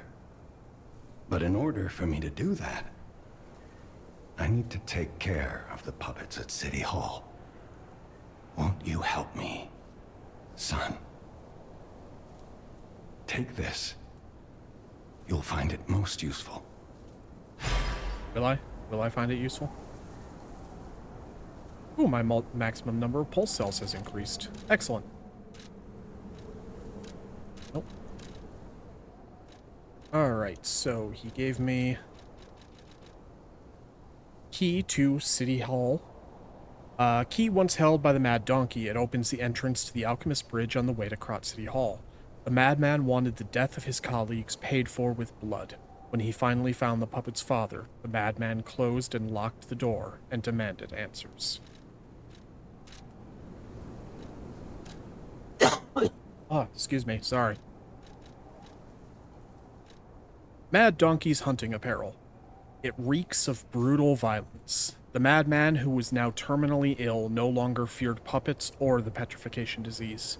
He simply wanted to know the truth, the reason for his colleagues' bloodshed. And to be honest, I kind of like the outfit. There are very few in this game that I'm just like, eh. So we're going to rock that for a bit. We did get his head. The mask worn by the Mad Donkey. It is the mask of one blindly seeking the truth. The madman wanted to find the real truth. Blinded by his stubbornness, he failed to see the approach of death. You know, I could be a donkey. I'm not going to, though. Enigma Assembly Tool. So I believe that that is what is going to allow me to disassemble weapons? Yes. When dealing with a non-human enemy, it was necessary to do away with common sense. The workshop and the stalkers assembled various blades and handles, focusing on making the greatest weapons. So I can now disassemble non-unique weapons. I want to hear all about your experiences, but now isn't a good time. Use the Stalker's key to open the bridge door. Then get rid of the frenzied puppets that have seized City Hall. We'll catch up at Hotel Krat when you're done. Oh yeah, no worries. Sorry you're having anxiety right now. That's a really tough thing to deal with. And I'm glad that I'm able to help. You know, honestly, that's my biggest goal with streaming. You know, is I went through the hardest period of my life. And that started a month after I had discovered Cannoli streams. And having a community of people like I found with Cannoli, and then eventually through Cannoli I also met another great streamer named Elvish Laddie. And his streams, both of their communities were so welcoming and helped me so much that it's a big part of the reason why I was able to make it through losing my father. You know, and so they're the ones that inspired me to officially start streaming, so I can maybe do for somebody else what them and the amazing communities they've built So have about done that for weapon me. assembly tool you were talking about. If you find any more weapons, let's try using them here. 3 kids that are very loud and obnoxious in a small place, listening to you and watching your video is definitely helping. Yeah, I can understand how that can be challenging.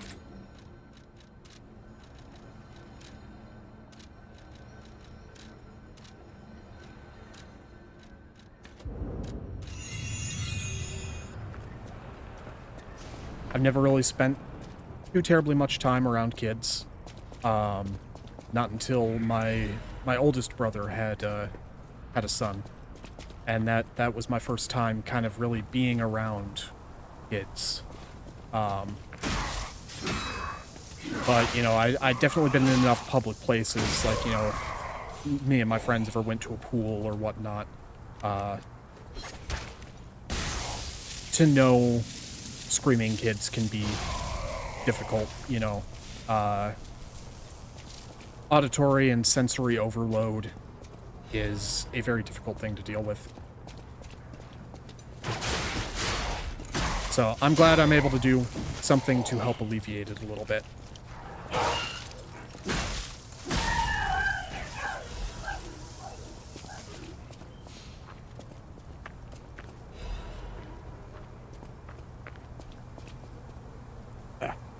Sorry, something in my eye. Or just itches. Oh, God. By the way, if somebody wouldn't mind turning down the sun, I would, really appreciate it. I'm so ready for winter to be back. I do not like heat. I do not like the summer. Not a fan.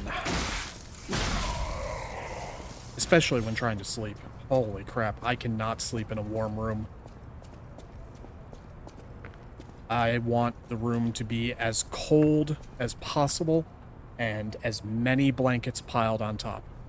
I just being buried under a weight of blankets is very comforting. Hey, look at this guy. Isn't he pretty? That's his arm. Love the summer, hate the cold. Yeah, my ma is the same way. I don't know. I can't do it. I can't handle the heat. I sweat way too easily, and it's just... ugh.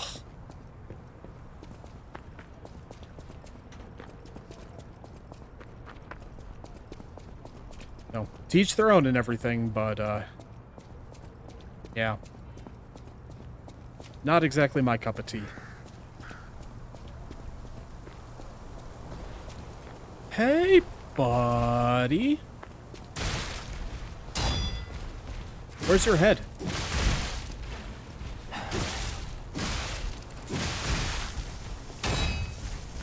Oh man, I cannot remember what they were called.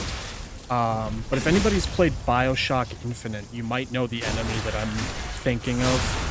Because these puppets, these particular ones, remind me of them so much. I wish I could remember what they were called. They were essentially BioShock Infinite's version of Big Daddies. Oh, no. No survivors here. What do we do? Just give her that baby puppet? Sleep with 4 to 5 blankets and fan on high. Yep. Absolutely. A broken puppet covered in wounds. It was left in the City Hall garden. A luxury item that the child of a rich family once played with. It is unknown where the puppet's owner is. So, reached City Hall, where everybody has been massacred.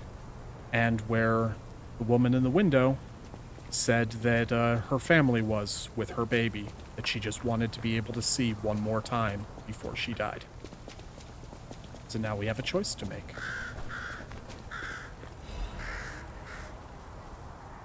Crot News, issue 1124. Mr. Vanini's ambition to make a jolly police mascot puppet for the City Hall ended in failure. His passion to make a trustworthy friend for the citizens and a strong officer who overpowers criminals was in the right place, but turned out to be excessive. The new police officer's puppet overcharged storage battery exceeded its capacity, causing chain explosions, malfunctions, and serious body damage. The city council recommended disposing of the puppet on the grounds that its appearance intimidates visitors, but Mr. Vanini and the taxpayers protested, halting the council's plan in its tracks. The puppet still lies abandoned behind City Hall to this day while the lawsuit is ongoing.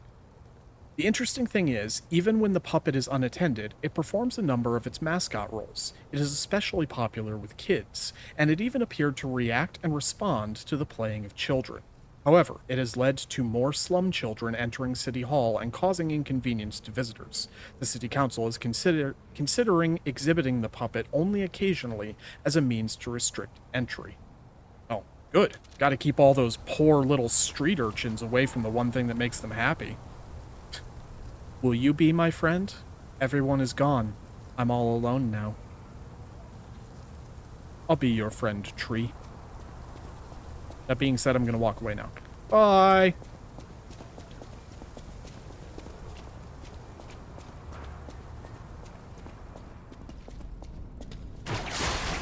Hello.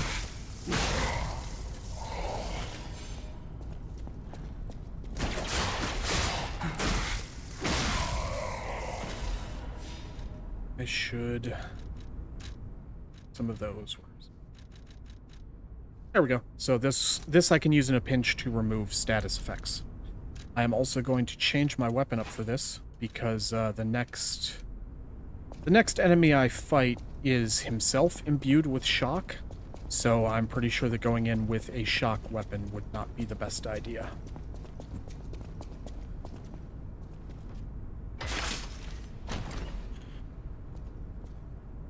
What do we got? Puppet Destroyer's Amulet. Excellent timing.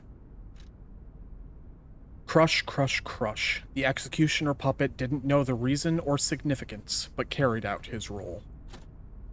So now I will inflict... Apologies about that. Don't know if that came through. My phone alarm just went off. But anyway, I can deal more damage to puppets now.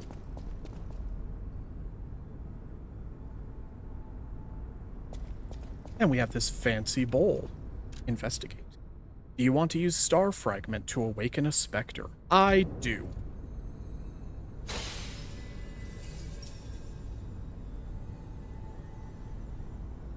So now I will have an ally in the upcoming boss fight, which we will get to in just a moment, as I will be right back.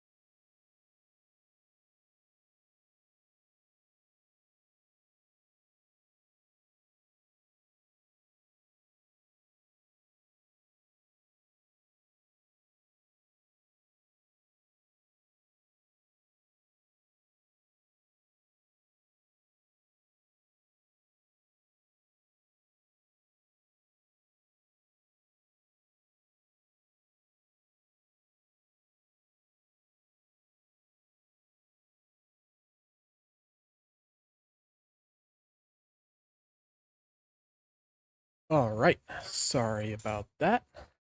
Just had to get up, stretch my legs for a minute, get a beverage. I discovered after streaming last time that if I'm going to stream for an extended period of time, I should probably factor a break into there every so often. Otherwise, my legs are really stiff by the end of it. All right, let's see. I think I'm all prepared. So let's go to City Hall.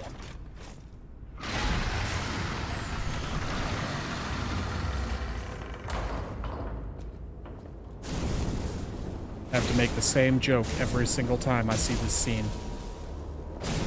This is really cool. It's supposed to be intimidating. And here comes this police constable. And every single time, all I can think is, right, what's all this then?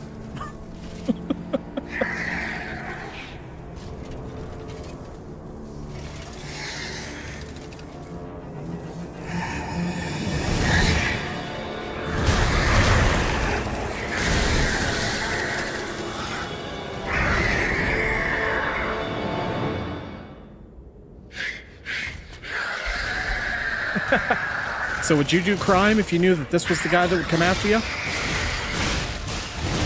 And there is my Spectre friend.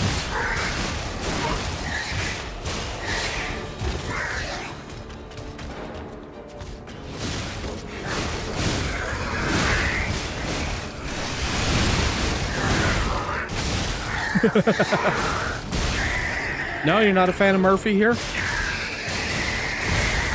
Ow.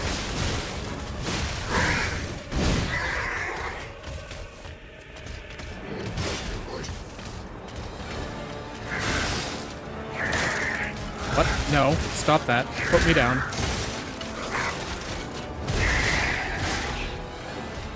That was rude.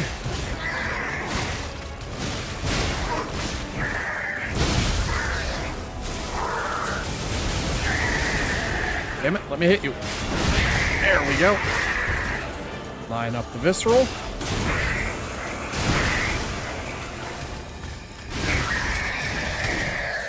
And there we go. Sorry, Murphy.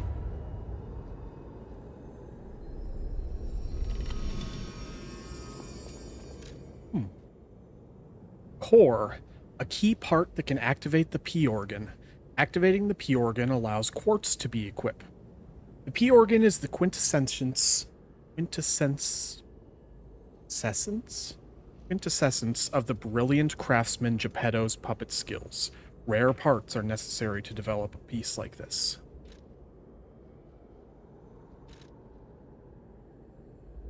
Jack of all pots, welcome in. Good to see you, my friend. How are you doing today?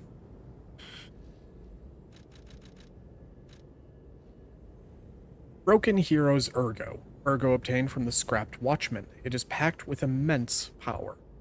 The Watchman contorted and broke from the adult's desires. However, he never forgot the children who considered him their friend.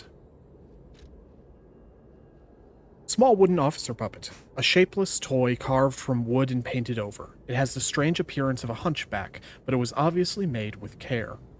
Winter, abandoned by the adults. The children let go of their childhood to survive. Spring. The broken police puppet accompanied the children's whistles and restored the children's laughter. Summer. The children made Murphy by carving wood and painting him with stolen paint. Fall. Murphy, who received Murphy as a gift, never let go of it.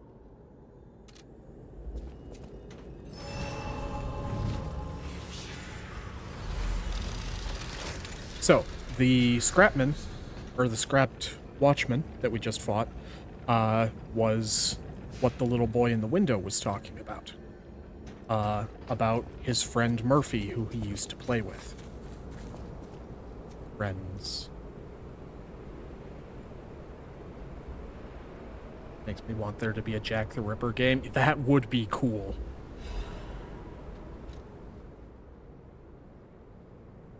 Faded whistle. A faded police whistle. It's been worn smooth from use. The children blew the whistle for their friends. He may have been discarded as a failure, but in those moments at least, he was the children's police officer. Yeah, that's something that I had thought of before too, is that for such a legendary figure, very few games have really done anything with Jack the Ripper. Honestly, the only one I can think of off the top of my head is I think there was a DLC for Assassin's Creed Syndicate that dealt with Jack the Ripper. I could be wrong on that, though. Did you hear that they might have finally figured out who he was? I've heard that several times over the years. And I mean, obviously, you know, we're getting better and better with DNA tracking and everything like that. So if they've like officially confirmed, like, yes, the search is over, we know this person is Jack the Ripper. No, I did not hear that. Spoilers, it was me, Cannoli, how could you?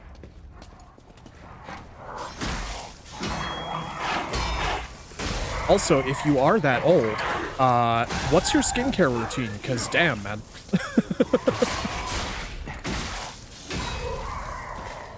How you looking so creamy this many years later? A man's gotta have hobbies. No, like this year they're almost very sure. No, I hadn't heard that, no. That's pretty cool. I've heard a lot of good theories. I know for quite a while that people assumed that he was a sailor, and that was why there was so many gaps between the murders. Was because he was at sea during the time. I think recently I also heard a theory that Jack the Ripper was actually a madam, like a head of one of the brothels. And that was part of why they never caught him, was because they were looking for a man. I've also heard theories about possible, like, army surgeon, due to the skill with which he wielded a blade, and then also deployment. I'm just throwing out theories. I'm not trying to piss anybody off. Sorry. You found her, kind one. I could sense her from miles away. Oh, my sweet Elena. Please let me hold her. There, my baby. I missed you so much. What do you think? Isn't my baby adorable? That's a puppet. I will lie and say she's a cute baby. That's right, kind one. You've granted me my only wish. My sweet Elena. We're going to be happy now. Thank you so much, kind one. Please accept my heartfelt gratitude. And I got a record. Excellent. And my springs are reacting. Didn't piss me off. Okay.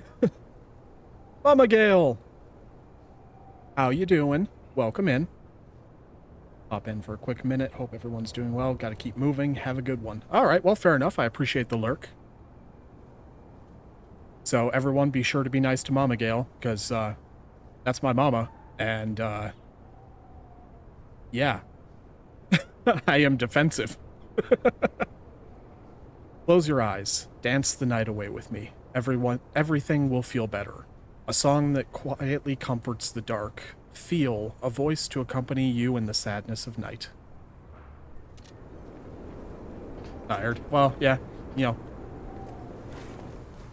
Doing a lot of heavy work today, so makes sense.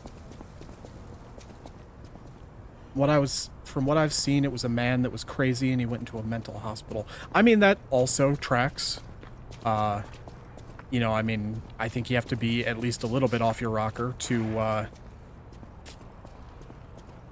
you know, be a serial killer. No offense, cannoli.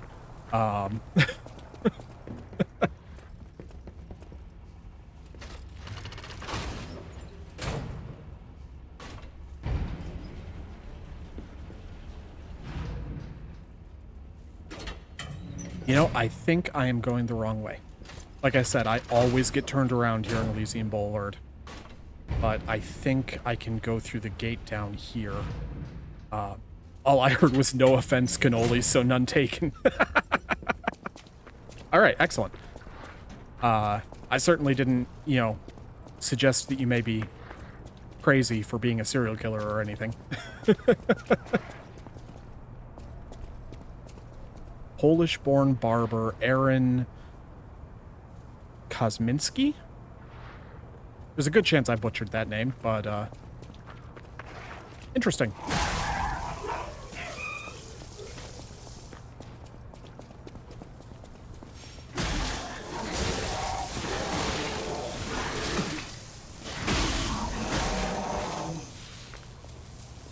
I guess, you know, to me, it's going to be one of those things that we'll never get the answer,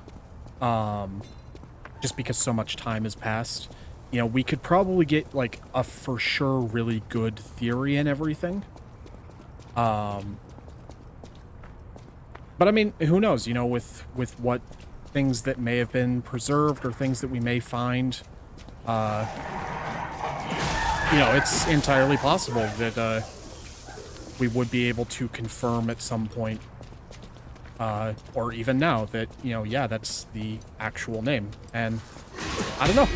It's interesting to think about at the very least. Let's see, is this where...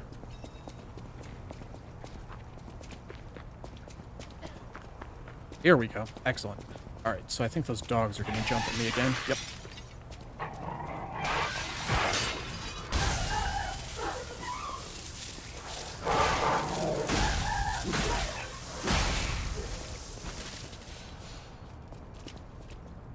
Possible DNA link by surviving family member of the suspects. Interesting. Huh. Pretty cool. Alright, so yes, this is boy, and let's blow the whistle. Hey, that sound. Is that you, Murphy? I know that whistle. It must be Murphy. Thanks for coming by. I want to play, but I feel too sick. I don't think I can. I miss Zach and Sophie and Eric. I wish we could all play.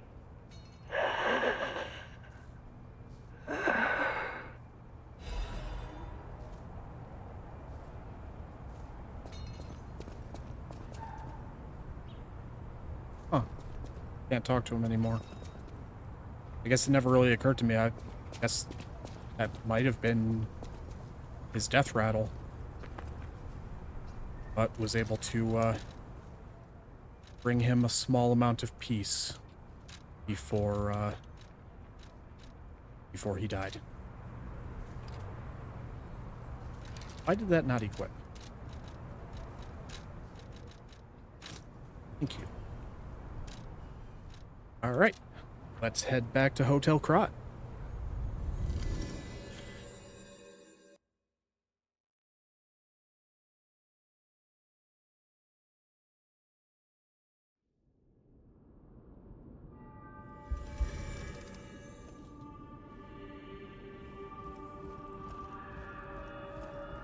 While we are talking to people, he obtained a record. Let's play that.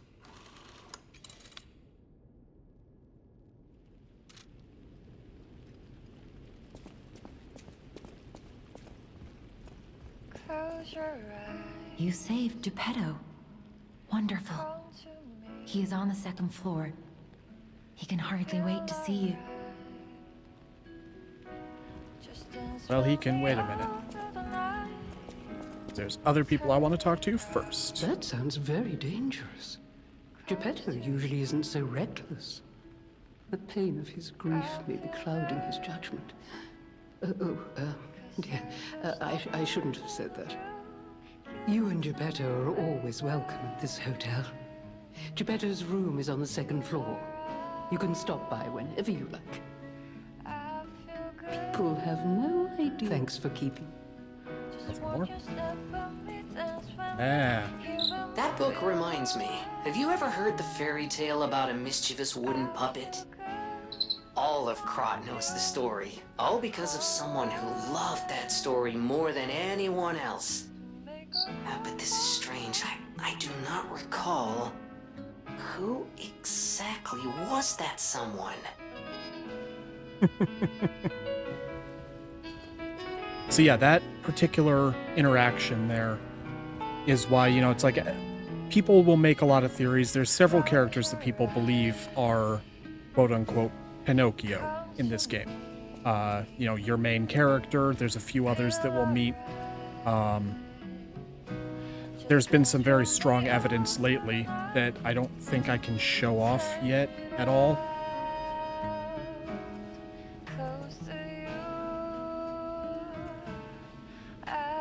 No, not really. That shows that he is supposed to be Pinocchio. But then also the actual fairy tale exists in this universe. So I don't know, there's a lot of theory crafting with that kind of thing. Come here for a sec, would you? Sure. Always got time for you, Jenny. Traces of high-powered energy originating far away. That's one mystery solved. Why don't we make a Legion arm with it? Mr. Vanini is the expert when it comes to Legion arms, but I'm pretty sure I can make one. The puppets get fried easily by electricity. If you use an electric Legion arm, it'll make your life easier. Ominous. Cool. So now I have a new Legion arm. Lightning has been interpreted as God's authority and fury since ancient times. Now God's fury descends to the earth and is being used to destroy steel monsters. Why doesn't his nose grow? Well, that was kind of the thing that I was looking for.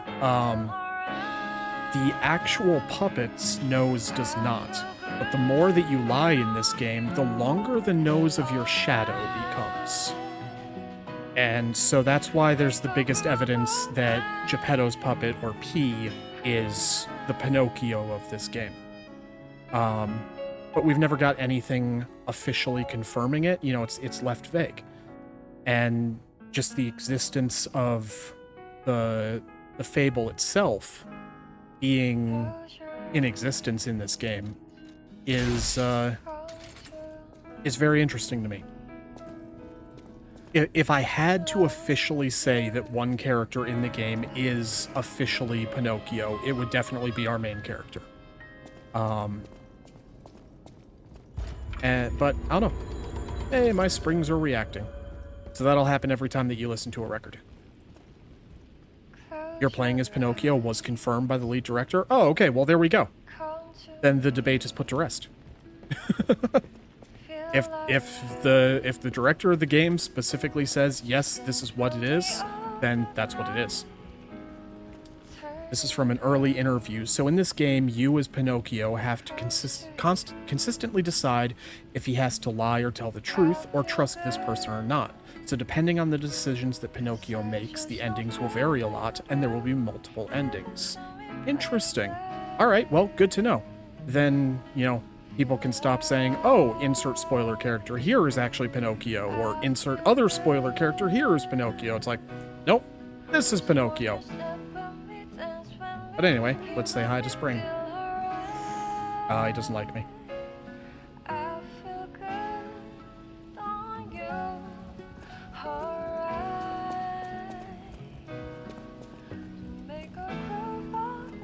Greetings, Geppetto. Ah, you've returned. Forgive a sentimental father for worrying about his son. Always remember that you're precious to me, even when I ask you to do something dangerous. Speaking of which, there's a factory just beyond the Elysian Boulevard. It's packed with countless puppets.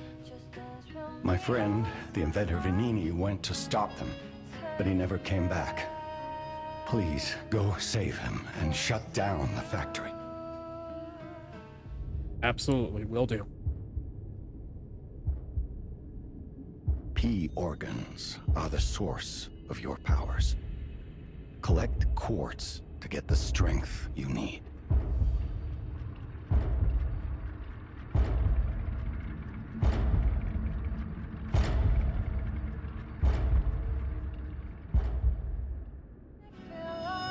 Remember, the hotel is the last safe place in Krat. It's our only refuge in a city full of perils. It'll be extremely dangerous if anyone has ill intentions.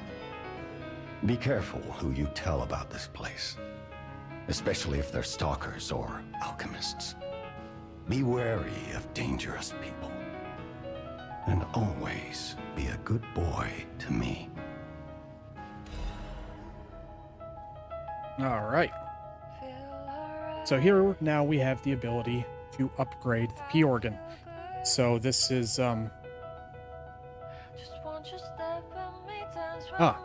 someday I'll stop coughing. So this is basically a skill upgrade tree. So let's see, increased fable slots, almost certainly. Staggerable window, it's a good one. These pulse cells, also very useful. Link dodge enables another dodge in the middle of a dodge motion. All of these in Phase 1 are very useful. I think I'm going to start with Fable slots, though. So, in addition to unlocking these, there will be these special things that I can add for either attack, survival, ability, or items. So, increases stagger attack of charged attacks, enhances the attack of fatal attacks, enhances the attack of Fable arts, increases staggered duration. And for each of these, I don't know why I'm pointing at the screen with my finger. For each of these different things, I can only pick one out of each category to add. So I can't choose, like, both charged stagger attack and enhanced fatal attack. I can only do one of the attack type. Enhances guard regain when attacking enemies. Enhances discharged pulse cell charging upon a successful fatal attack. Lowers damage when pulse cells are discharged. So when I have no healing, I become stronger in attack. Lower damage while dodging. That's a good one for me. I dodge a lot. Charge Legion when eliminating an enemy. Also a very good one because I love using the Legion arm. Lowers charge attack stamina consumption. Charges Fable when a perfect guard is successful. I very rarely manage a perfect guard, so that's one of the worst things for me. Increases the grinder weapon's durability recovery speed. In my opinion, the grinder already restores things pretty quickly. I don't know exactly how much this increases it, but Let's see. I don't know if you touched upon this when you started the playthrough, but the Korean word for blood, P, is pronounced a lot like you would pronounce the letter P. So P organ can be interpreted as blood organ, and lies of P can be seen as lies of blood as well. Would also explain why the P is red. Interesting. Now that you bring that up, I think I remember you talking about that at one point, but no, that was not a fact that I remembered, and so definitely not one that I had touched on before. The dev team for this game is Korean, aren't they?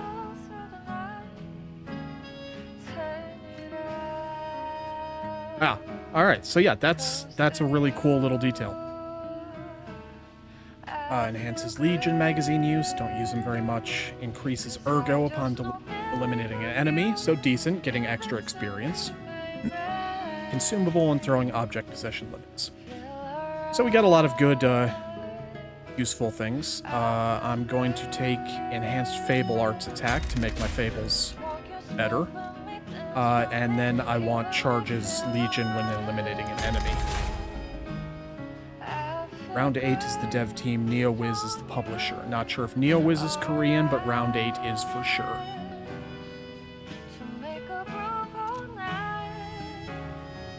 You can get from City Hall to the factory with the key I just gave you. Venini gave me that key, and now he's missing. Rescue him if you can. So, I would help out in the barn. However, there is basically only one thing in this world that I am incredibly allergic to, and that is unfortunately hay. So I can very rarely even go out to the barn at this point. That is if I have a desire to continue breathing. So there isn't much that I can really actually do. How convenient? No, it's super inconvenient. I'd like to be able to be out there and help. And I used to be able to. This was an allergy that developed like, I don't know, 10 to 15 years ago. And it made helping out on the farm a lot more difficult. Wow. All right, I see. I'm just getting all the shade and stuff here. Yeah. All right. All right, sure. Okay, well, fine. Cannoli, Lady K, I will go out there and I will help Mama Gale clean up the barn. And you know, you can remember this. You know, be sure to tell the doctors when I'm hospitalized that it was your ideas. The city of Krat. It's probably not how you remember it, eh? Welcome to being a streamer, yep. Ask me any questions, and I'll fill in the gaps. Yeah, I guess, you know, that was, like I said before, you know, that was why I did YouTube for so long, because people could leave mean comments, but they couldn't do it in real time. Don't need you having a near-death experience. Mama Gale says, no way. I mean, at this point, I'm definitely going to respect what Mama Gale tells me to do over what you guys tell me to do, so. Let's ask about Venini Works. Venini Works is the puppet's main base. It's a factory where they manufacture more of themselves. Venini himself went to stop them, but I'm worried. He's an industrialist, not a fighter. Rescue Venini and shut down his factory. That will deny the puppets their reinforcements. I'm like that with peppers, to be honest. Ooh, damn. Like, all peppers or just specific ones? And if it is all peppers, does that also apply to, like ground black pepper? Mom always knows best? Absolutely. Absolutely.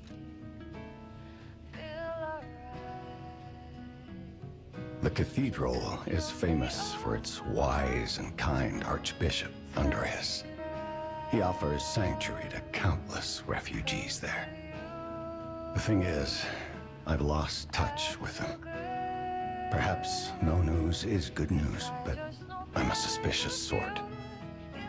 And if the puppets push towards the cathedral, it could be devastating. Go save the Archbishop and the refugees before it's too late. I don't know what's happening in the Malum district. The Black Rabbit Brotherhood seized the neighborhood. That's all I know. It was always a run-down neighborhood, but it's descended into anarchy, or worse. I'm hearing rumors of monsters rampaging through the district. Those poor people. They need your help, son. Black pepper is fine, and small amounts of paprika is fine, but all others will kill me. Oof. Yeah, that's rough. I don't know that first word, but I am only allergic to Asian tiger mosquitoes. I'm very glad that I have no food allergies. Asian tiger mosquitoes. Do we have those here? As far as I know. Oh, okay, fair enough. I'm down with the kids' lingo. Word. What happened to Saint? I think he's got, I think he's at rehearsal. I have to check all food I get. I can't even smell or touch spices. Good to know. I threw Saint into a box. Was it a coffin with the word liar scratched in the inside?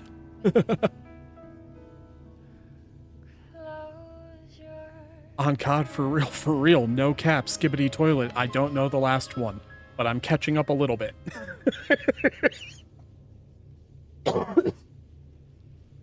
How did I know? Well, let's just say I'm starting to suspect that you might be the youngest of the Black Rabbit Brotherhood. Rosa Isabel Street is a stronghold of the puppets. It's a hunting ground where the most dangerous puppets roam. I believe it's the epicenter of the puppet frenzy. After all, I detected the strongest wave of ergo there. Especially for someone as precious as you. It's a perilous place. And when you walk a dangerous path, my son, it's best to take it one step at a time. So we'll be meeting the Black Rabbit Brotherhood at some point here. I don't know if we will exactly get there in this stream. I'm not entirely sure how late I want to go tonight, but I'm having a lot of fun, so we'll see.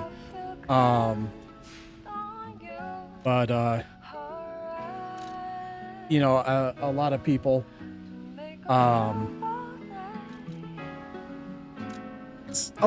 aren't really very fond of the boss fight versus the Black Rabbit Brotherhood. Mostly because, you know, it's multiple enemies, and it can definitely be frustrating. There is just something about the Black Rabbit Brotherhood themselves that I'm very intrigued by, and I just really like who they are as characters. A lot of people, you can feel free to say me, yeah, Cannoli really does not like that fight. You ever want to piss off Cannoli, all you have to do is give him a boss fight that could have been really cool, but put ads in it. And he'll hate you forever. That or play Heir Apparent decks in Magic the Gathering. Venini's Guide. Dear citizens of Krat, the factory has been occupied by the puppets. Whatever the cause, Venini Company is responsible for it. I, Lorenzini Venini, am going alone to stop those devils. The factory is very dangerous now. Stay out of it and keep safe. The rest I'll leave to Mr. Geppetto, whom I trust more than anyone. God save us all. Regards, Lorenzini Venini.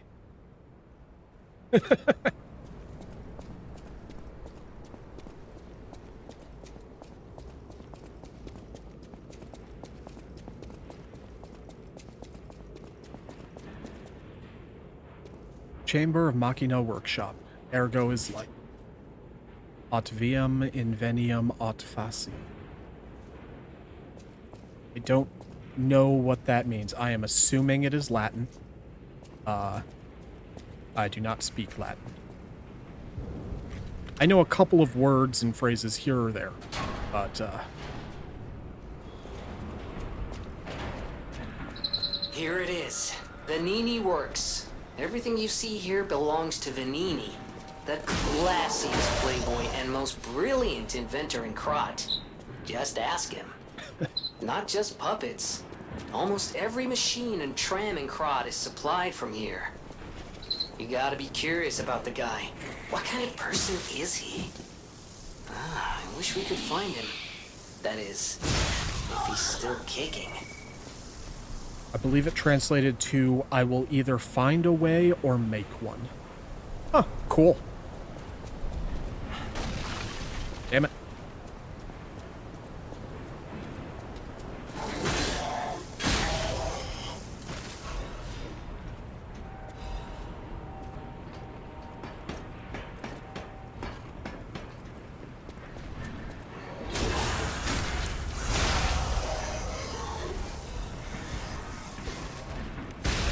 Ow.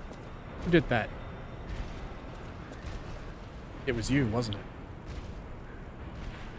Maybe.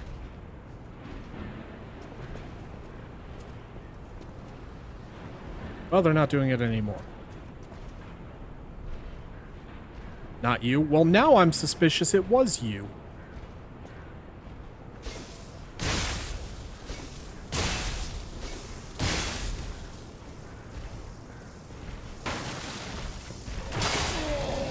Right, that doesn't do anything right now.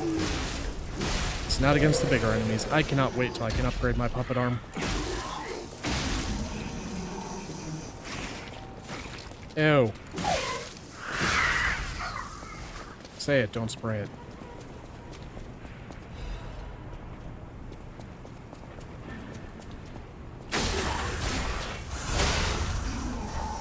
Although, you know, now that I've said that, well, I'm gonna kill this guy first. Hi. Okay, I should be safe for a second. I wonder... No, I do not. Okay. I was wondering if I had maybe already picked up an upgrade material for my Legion arms, and I just overlooked it. Miracle Cure. Excuse me. Buy the miracle medicine here. The miracle alchemist Clark Shore, also known as Dr. Cure-All, has succeeded in making a cure for the horrible plague that is spread through Krat.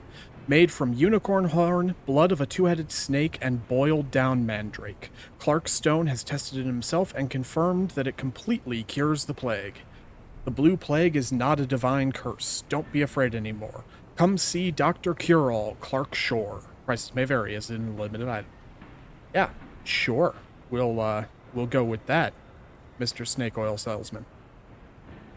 Little over halfway done with that diamond art I showed you. Ooh, very nice. I look forward to seeing it completed.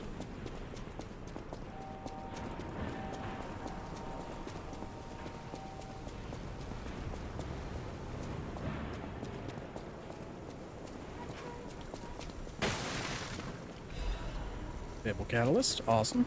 That'll be good to sit in my inventory forever. I don't use very many of the consumable items in this game. Honestly, most of them I end up selling.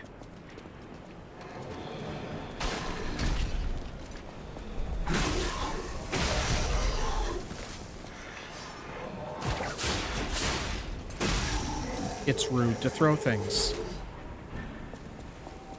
AKA be afraid. Wait, why do I need to be afraid? Do that with Jet in Fallout 4. Yeah, I very rarely use any of the chems.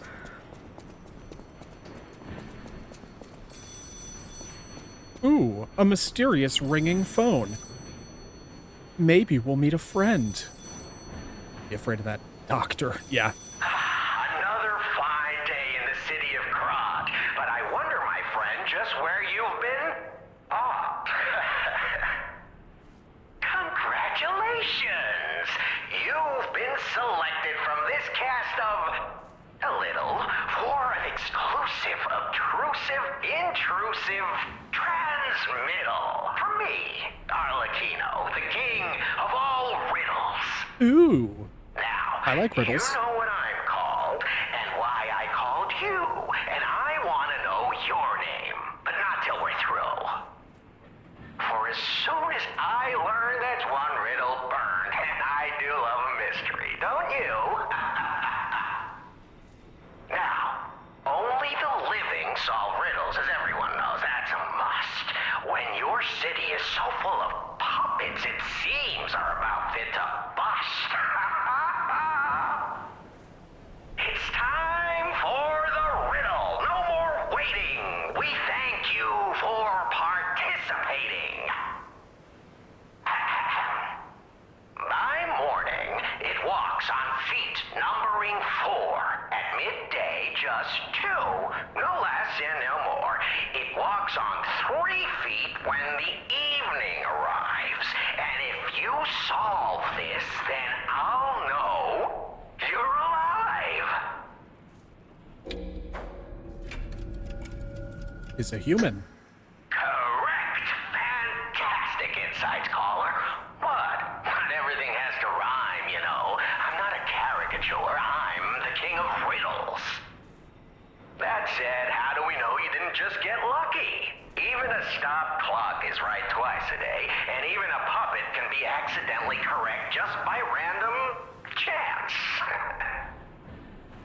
Still, a promise is a promise. Arlecchino, tell him what he'll get. Thanks, Arlecchino. Caller, your correct answer has earned you a Trinity key.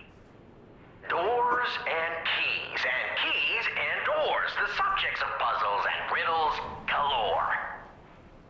My next riddle won't be so simple to crack. Arlecchino's the king.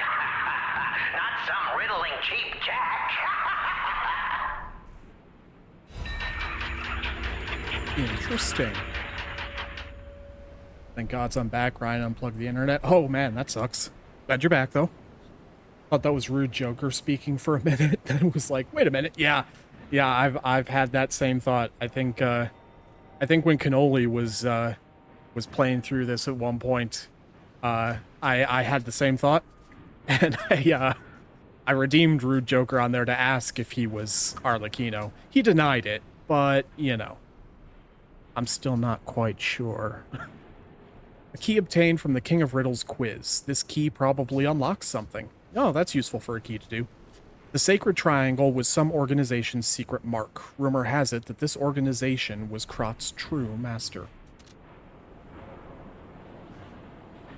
Favorite Joker is Mark Hamill's. Shush, I spelled that wrong. No worries. Oh, God. What's his name? Cameron Monaghan. That's him. Cameron Monaghan was my favorite iteration of the Joker. Chat, if you've never watched the TV show Gotham, and you're into the Batman universe at all, or even just good, kind of gritty cop dramas, Gotham is amazing. It's a prequel to Batman. So, you know, Bruce Wayne is still, you know, just a young kid. And it focuses on the young Jim Gordon rising through the ranks of Gotham PD. And it is so good. There are some things about the Batman universe and lore that they really screw over. But it is an incredible show. I highly recommend it. Cameron Monaghan plays an amazing Joker. I cannot remember his... Robin Lord Taylor, I believe is his name. He plays Penguin and is just an absolutely fantastic depiction of the character.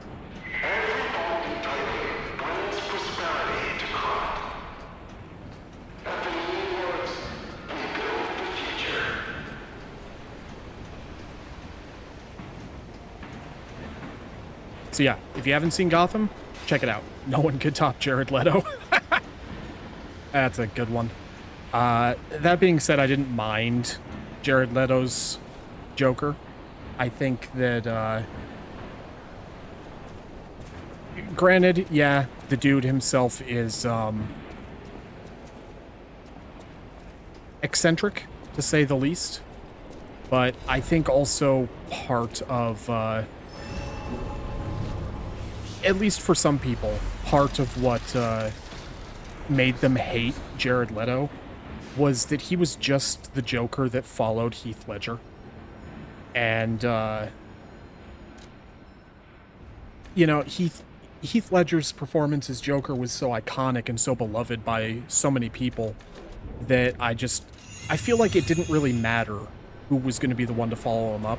He was going to get some hate regardless, just because he was the one who stepped into the shoes after we lost Heath Ledger.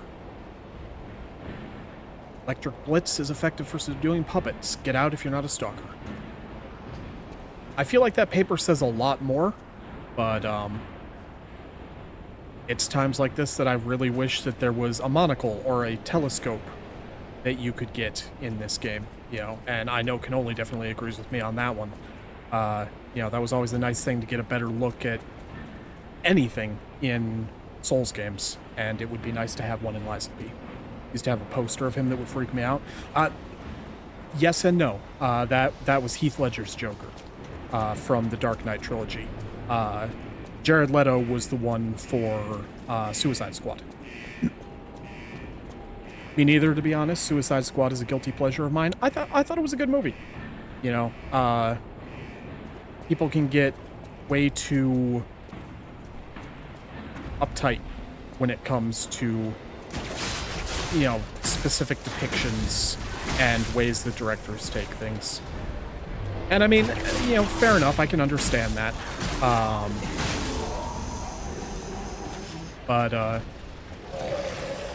And especially I can understand, you know, comic book fans. But trying to find anything in comic books that, well, this is the correct variation, is just impossible with how long comics have existed and how many dozens, if not hundreds, of different iterations of every character there's been.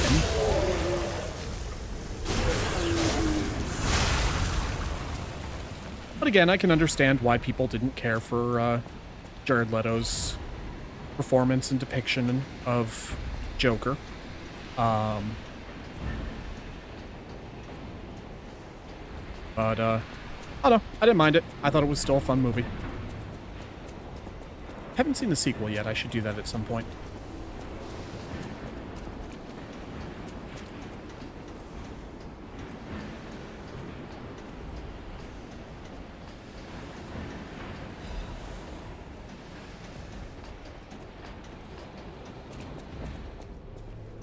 A trapdoor.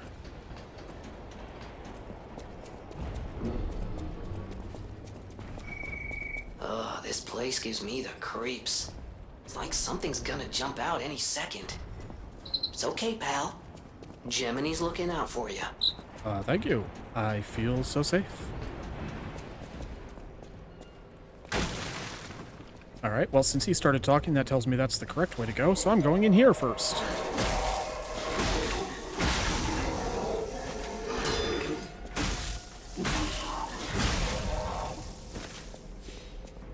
What do you think about manga to anime? The ending of Death Note and anime. The anime.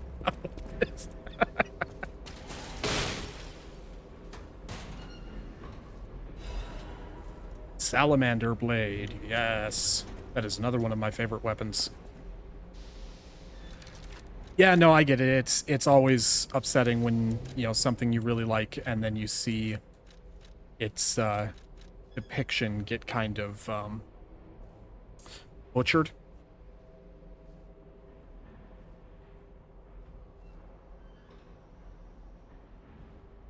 Alright, so the Salamander Blade. A dagger blade designed to make Ergo generate overheat. An Ergo power source that emits heat is embedded in the back of the sword. The salamander symbolizes fire and purification. In that regard, the dagger was created for a special purification ritual regarding alchemist defectors. Dagger handle made by the alchemists, it was made in the shape of a snake biting its tail. Following the same principle as the dagger, there are some alchemists who can expel great heat from an Ergo heart. These Baptists who possessed fire abilities called themselves Simon's Fire, the purifiers of truth. Interesting. Alright, there's a little bit of extra lore there for those that are in the know.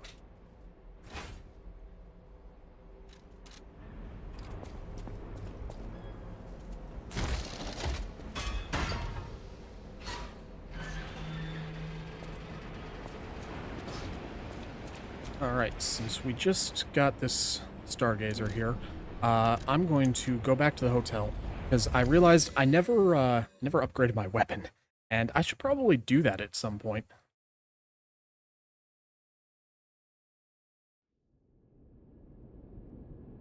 Demon Slayer's doing good, though. Oh, that's good to hear. Yeah, and I haven't watched much anime in my life. You're going to the factory. He's the richest man in Krat. Sorry. A little eccentric, maybe, but a good person. I heard he went to shut the factory down. I hope he's safe. I wouldn't want to lose my best customer. I know my way around a weapon. Sorry, I didn't realize she had extra things to say there. Okay, so we're going to upgrade this for sure. Probably just upgrade it as far as I can, so that far. And then also going to upgrade the Salamander Blade. These are going to be two of my main weapons until we get to some of the more boss weapons that I enjoy. I know my way around. Although talk is still... ask about Venini. Mr. Venini is the richest man in Krat. His company manufactures most of Krat's exports. He's, peculiar, but a good-hearted man. Even though he's rich, he treats every employee with respect. I heard he went to shut the factory down. I hope he's safe. I wouldn't want to lose my best customer. Gotta be honest, I've never actually read/watched Demon Slayer. Recently, in general, I have fallen a bit behind with my anime watching and manga reading. Pretty much keep up with Junji Ito releases. I need to play catch-up a bit. And that's fair, you know. That's the other thing with, you know, with manga and comics and everything of the same kind of type. There's just so much of it coming out all the time to, you know, to where it can be almost like a second job, even just to keep up with the stuff that you enjoy.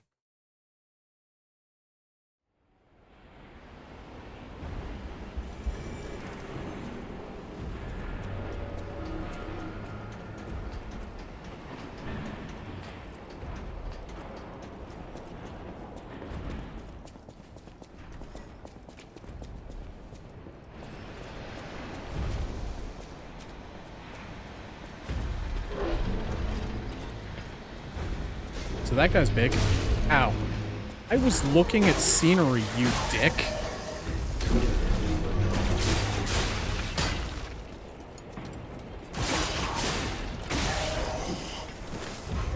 What an asshole. So yeah, we'll be fighting that in a little bit. But currently he's wandering around in a kind of bit of poison. So I want to get rid of that first. Try my hardest to keep up with the mangas I like. Zom 100 is one of my favorites right now. Never heard of it, but again, that's not surprising for me. You know, I'm so out of touch with anything in the anime manga world. So other than the very small number of ones that I've seen,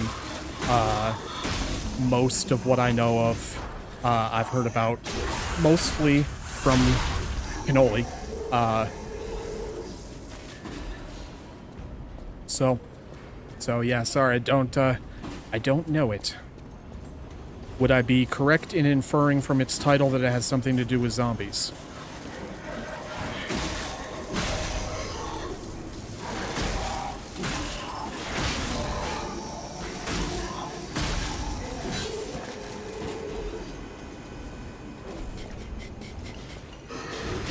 Ah, you missed.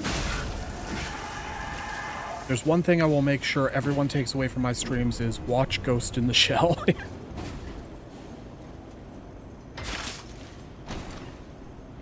I do have it on my list, and I'll probably get around to it eventually.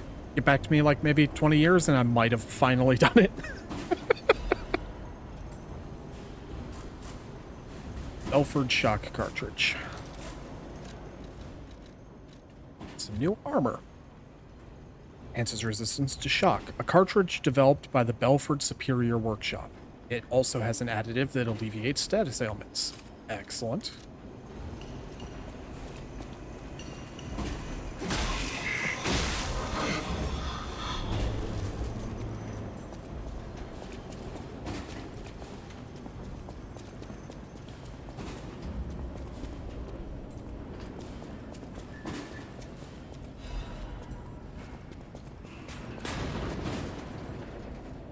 I'm sure that's fine and good.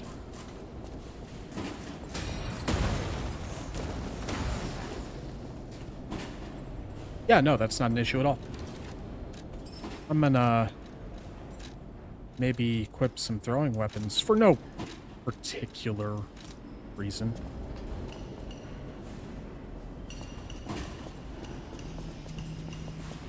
Okay, I can't even get around it, so there isn't anything up there to find.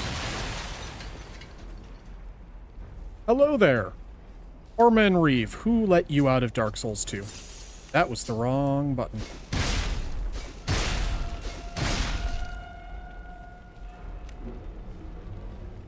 Maybe just burn for a minute for me, would you? Alright, that's long enough.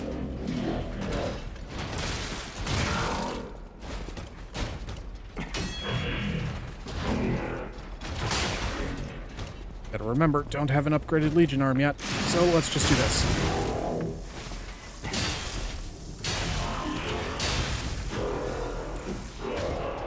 Hey, speak of the devil.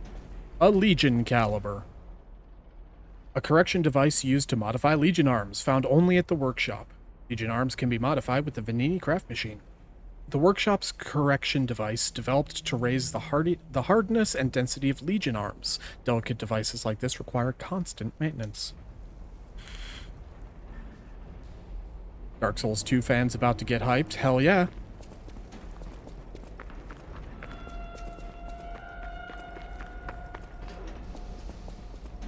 Still my favorite of the trilogy. Butterfly, die! Oh, Motivity Crank. Which one does that? Crank invented at the workshop to allow fine adjustments to weapon handles. If one ability is strengthened, the opposite ability is weakened. Alright, cool. So that will allow my weapon to scale more with motivity. Yeah, that's not creepy or anything. Hey, more thermite. Good. For some reason, I don't have any of that anymore.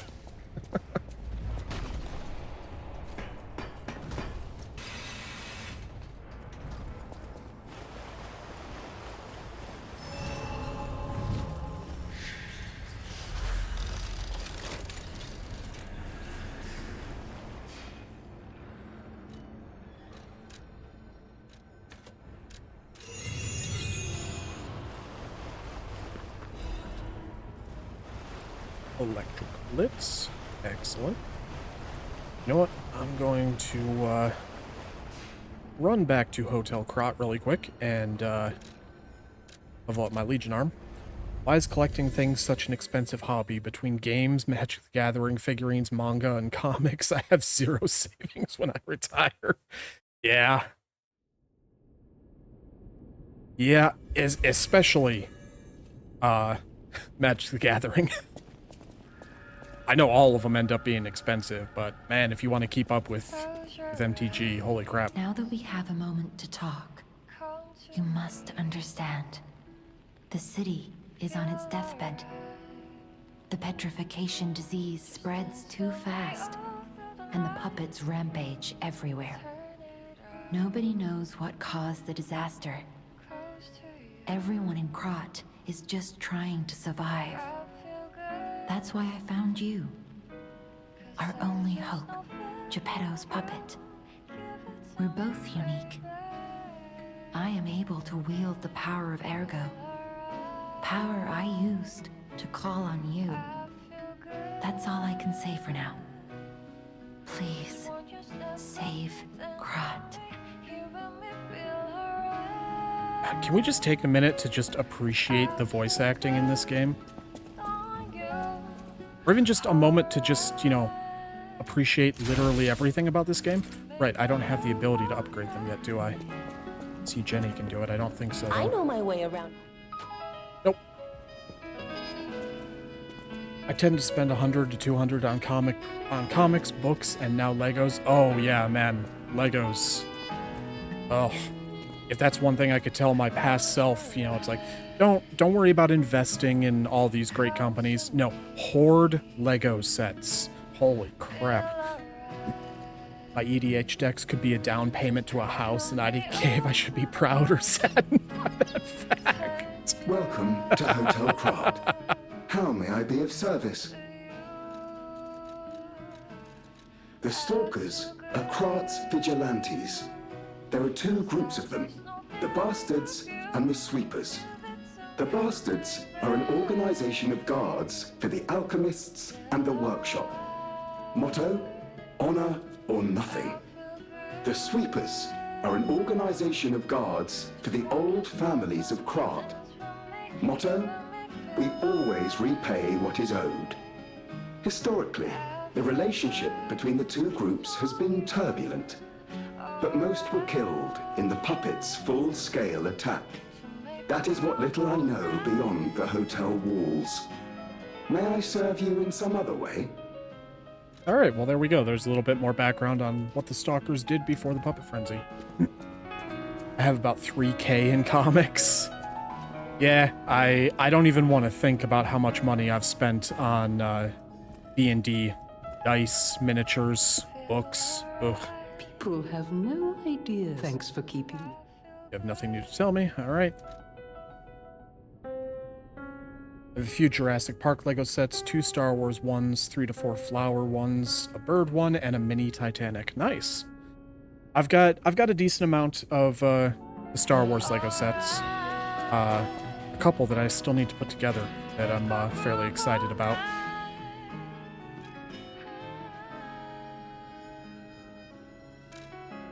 All right. Head back to Venini Works.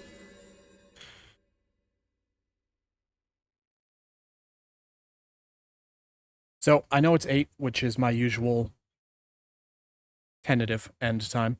I think I'm gonna go for a little bit longer. Gotta skedaddle. Have a good one, Nightingale in chat. You as well, Cannoli. Good luck with your stream, and I will see you there in a little bit. So I think I'm gonna go a little bit longer today, just because I'm having fun and this game is good.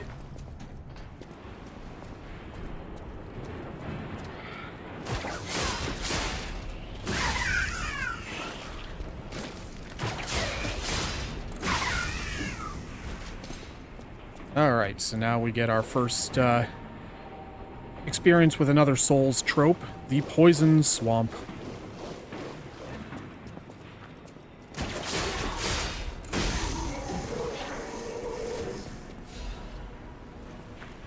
So yeah, the more I stay in that water, the more that corruption will begin to build up, which is this game's form of poison.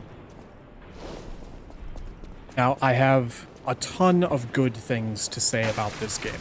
So many good things. One of my biggest complaints about this game, and there are not very many, I don't like the way that they handled status ailments.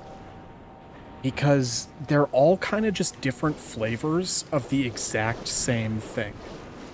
You know, corruption is poison, which deals damage over time. Overheat is fire, which deals damage over time. Shock is electric, which deals damage over time. And then you'll get more specialty ones going in later. The most annoying of which is Decay, which deals damage over time, but also damages your weapon. I think there's Disruption, I want to say it was called, which when that one builds up, it just kills you. It just straight up kills you. And it's really the only one that isn't some variation of damage over time.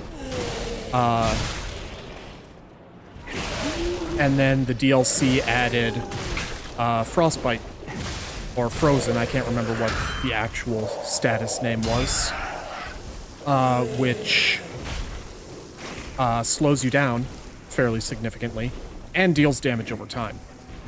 And it's like, you couldn't have switched up a little bit what some of these things did. I mean, they all have to deal damage over time. You know, I mean, it's like, if they do other things, it's kind of frustrating to have them then also just damage you, just like pretty much any other. Oh, there's also Acid, which deals damage over time. I don't know, it just, I wish that they would have done a little bit more or handled the status ailments a little bit better.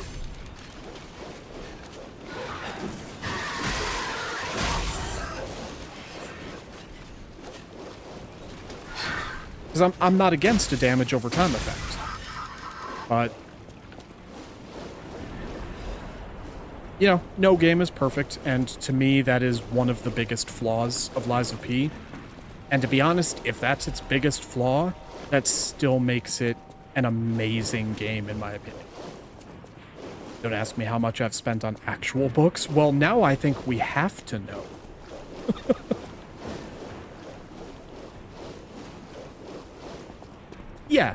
Yeah, it's repetitive. You know, it's like a little bit of variation would have been nice. You know, and again, especially since some of them just already have other abilities. Frostbite slowing you down, Decay damaging your weapons. I don't feel that they also then needed to damage you.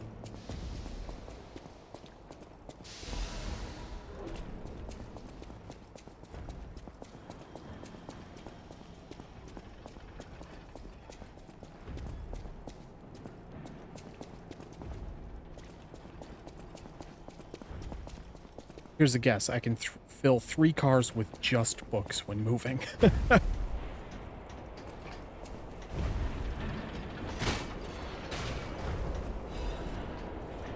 But that's still a really wide parameter. I mean, are they, you know, some books are bigger than others, and I don't mean page length. I mean, like, just actual, like, physical size. Some are hardcover, some are softcover, some are rarer than others. So, you know, you haven't really given me much data to go with.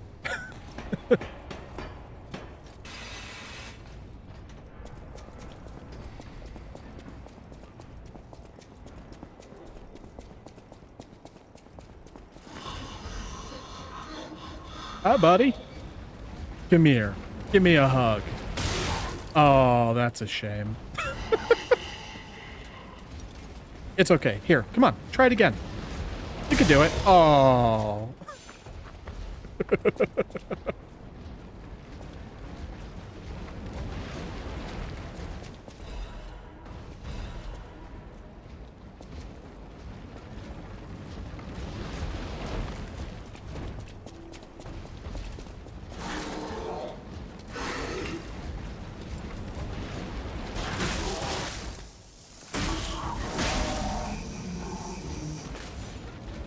We will never know.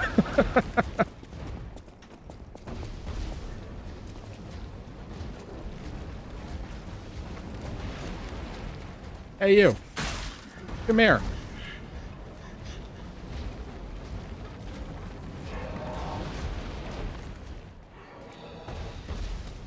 Uh-oh. Better hurry. Ah, bummer. Did you get out of the ground so I can hit you? Thank you.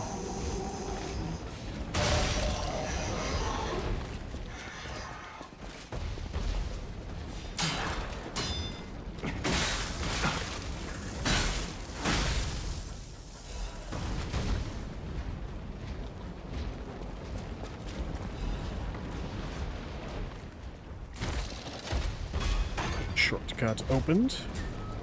Wunderbar.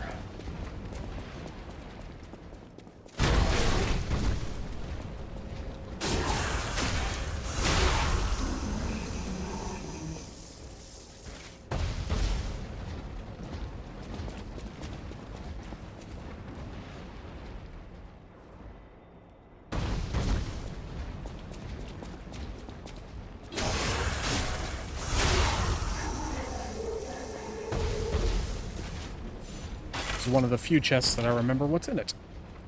If we get an axe here. There we are.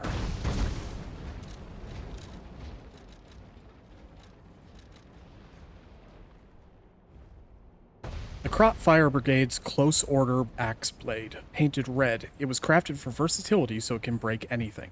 The Fire Brigade protected Krat with everything they had to the very end. They lost their lives, but their axes remain in the city as evidence of their noble sacrifice. The Krat Fire Brigade's Close Order Axe Handle. The handle is long so that it can deal with fires in high places. Their axes were dyed horrifically with blood. It was not the blood of others, it was their own.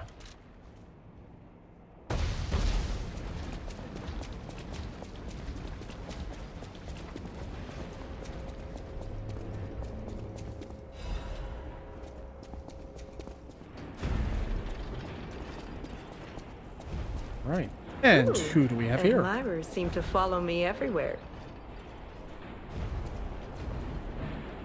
And now we have a pair of stalkers, but these ones aren't attacking us on sight. Pleased to see you, my stalker friend. You made it all the way here unbothered by ruffians. You've got talent. I've never seen you before, but who cares? This may well benefit our former client. Did you catch that subtle whiff of money in the air? Moneybags himself, Lorenzini Vanini, is inside this factory this very moment. You caught us on our return trip. We had to deny his ridiculous request in person just to be sure it wasn't a joke. All we could do was laugh. Keep your whiskers up if you're heading in there. He is the richest man in Krat. Or so they say.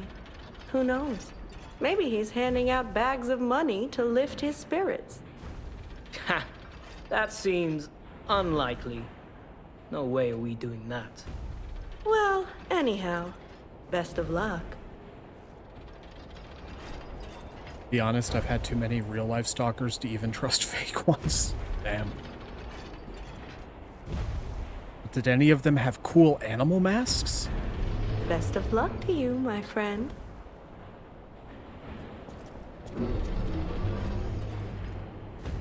Look, this one's a cat. Are you carrying the latest edition of Vanini's Landmark Guide? It's the most popular non-fiction work in Krat these days. Maduro wrote the actual guide, but Vanini published and financed it. It goes for a premium at the shop, but Maduro might not get his cut. He went missing recently, which of course made that volume more popular than ever. If you can get all 3 volumes collectors want, bet you can get 4.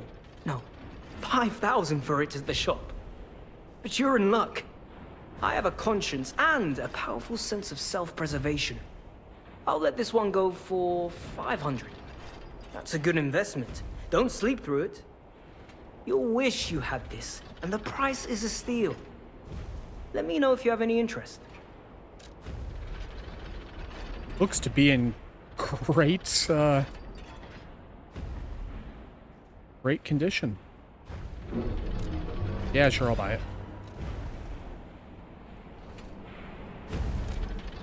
Ripped Vanini's Krat Landmark Guide 3. This month's attraction, Rose Estate.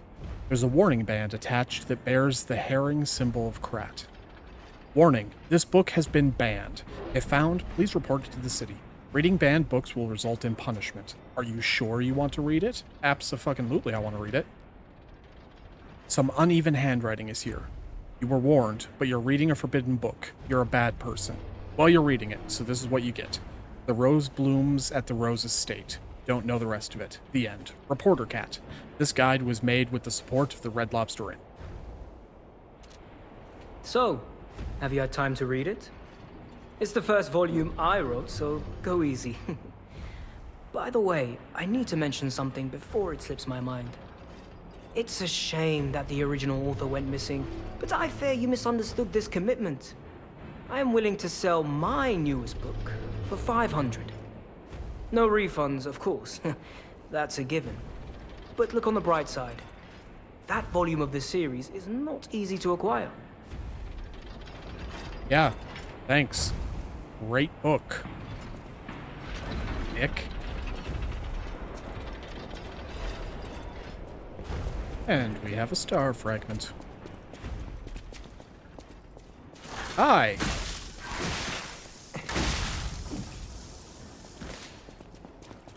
See, I don't think this one opens from the other side. All right. And books are the best.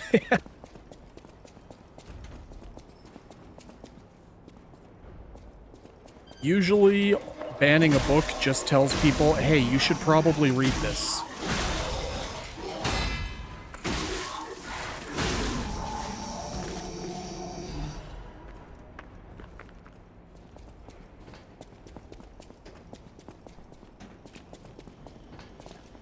Ooh, what do we have here? Used the Trinity key. So this is the key that we got for solving Arlecchino's riddle. And we now get access to this Illuminati-type room. 3 create 1. You who open the door, be one with the Great Ones.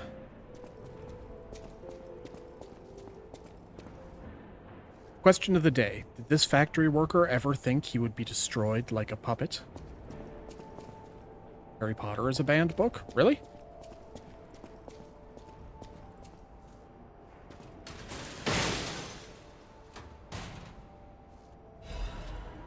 Blue Blood's tailcoat and quartz.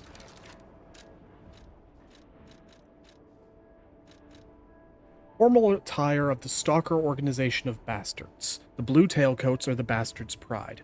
The bastards who didn't fit in with Krot's ruling class dreamed of overturning the world. They teamed up with foreign alchemists of the Isle, opening the door to Krot's golden era. Good-looking outfit. Huh. Wait, they banned the Giver? I remember reading that in school. It was read to us. We went to see a play of it. Wow.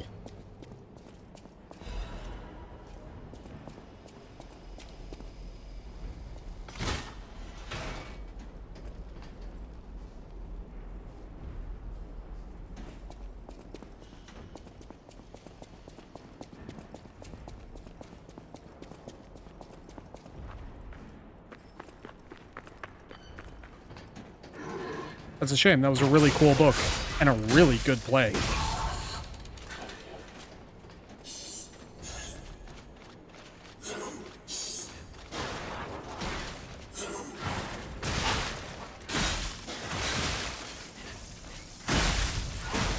Just the way they were able to pull off the special effects on a stage play was amazing.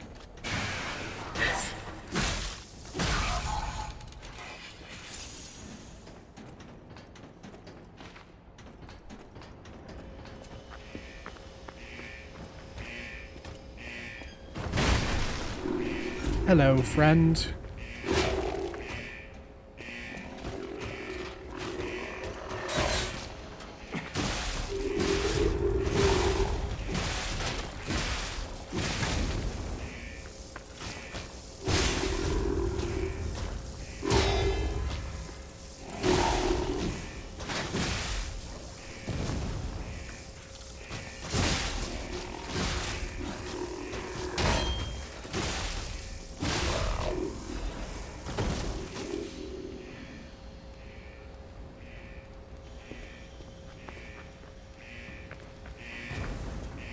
I guess I can sort of understand why schools have started banning some books, you know, with anti-government thoughts, and I'm assuming that Harry Potter was probably banned due to J.K. Rowling's public opinions. But, yeah. A shame.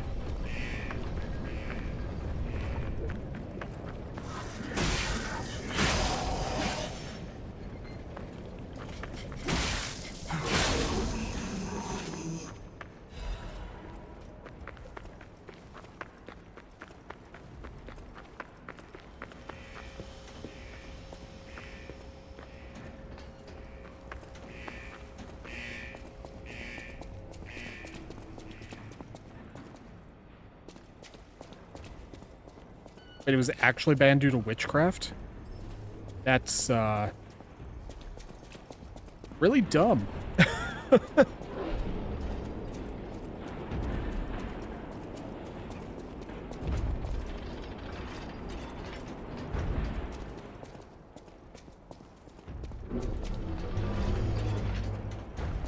know, it's like you want to be all up in arms and afraid because, oh my god, witchcraft! There are a lot of other fantasy book series that handle actual witchcraft much better than the Harry Potter series did.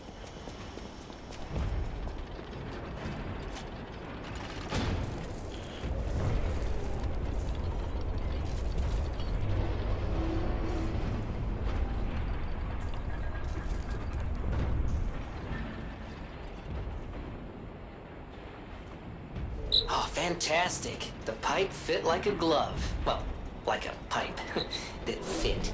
Idioms, you know? Peter Pan is banned? To be honest, I know very, very little about Peter Pan. But, I mean, a book that became one of Disney's most classic movies being banned in schools is,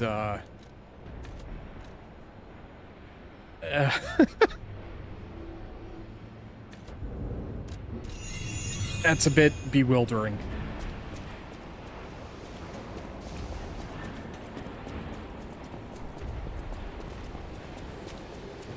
Hello, don't mind me, just passing by. Thanks. How's your mother?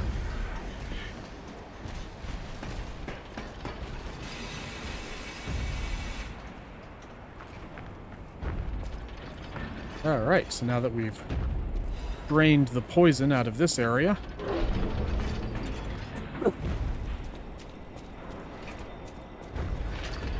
time to fight the puppet of the future. Which is just an optional boss. You don't have to fight this guy. But, I don't know, in my opinion, as far as bosses and mini-bosses go, the Puppet of the Future is one of the simpler ones. I say as I get stepped on.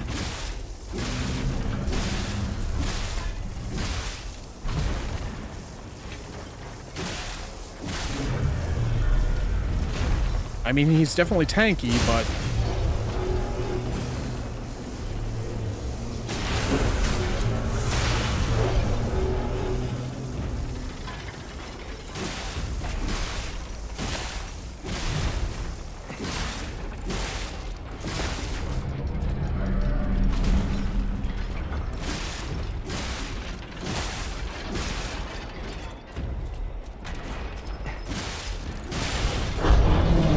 There we go.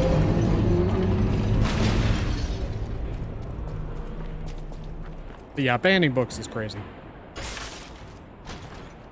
You know, there's a couple that I can understand, you know, especially in schools. But I feel that banning books in schools should be have a little bit of leeway kind of thing. It's like, okay, we don't want to carry this in our library, but we're also not going to punish a student who decides to bring this book in and read it in school during, you know, reading time or whatever. No, this is not the fastest way to go. You know, things like religious texts. You know, it's like with separation of church and state, you know, at least in America. I don't know how it is really in other countries. But I also know that's changing in some of the states anyway. Not that I want to get into that because I do not accept politics on this channel. But I can understand, you know, it's like you're not going to go to your school library and find a Bible sitting on one of the shelves. That being said, if that's something that one of the students wants to bring in and read on their own, I don't think that there should be an issue with that.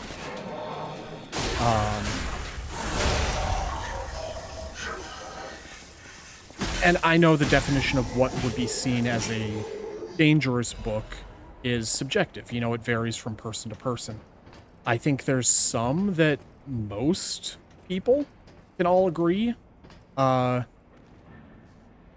this is not an acceptable book. Like, you know, Mein Kampf, I think is how you pronounce it. You know, the one that Hitler wrote with his speeches in it and everything. It's like, yeah, that probably shouldn't be read. But anyway, Doctor's Confessions. My name is Clark Shore. People call me Dr. Cure-All. I intend to confess my sins. I made innumerable medicine sales under the guise of it being a cure-all. At first, even I was sure about my experiment. Early on, the cure really was effective in neutralizing the petrification disease. And why would the great alchemist's records be wrong? I know I stole it, but I perfectly followed the manufacturing process. My cure was perfect. But what went wrong? I dare not record what the ones who got treatment turned into. That was literally hell. And when I realized that I was the gatekeeper who opened the doors, I ran away. How can I atone for my sin? I only tried to treat patients and earn a few coins. I'm dying, and this is my penance. I also have the petrification disease, but I'm not getting the cure. I'd rather turn to stone and freeze to death. God, please forgive my terrible sins. Damn.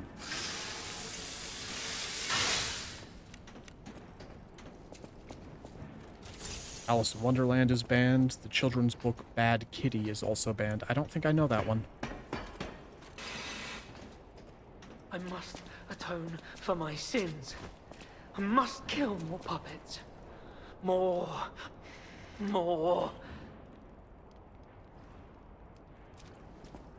Hi there. All puppets must die. Every single one. Wait. Those clothes. Leo? You came back? I killed countless puppets to atone for what I did. I didn't mean to break my vow. I was just so scared.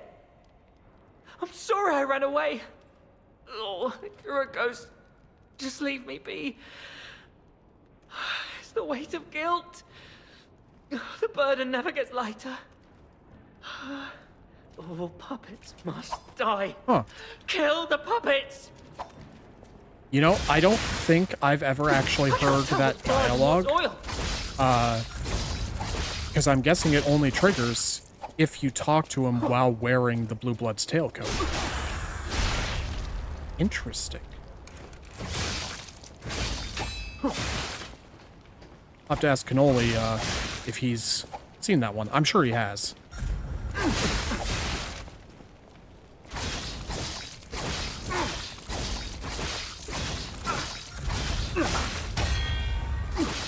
I wish I'd known.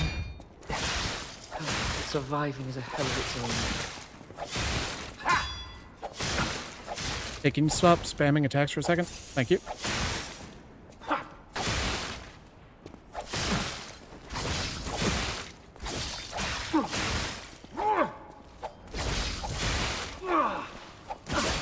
Stop it.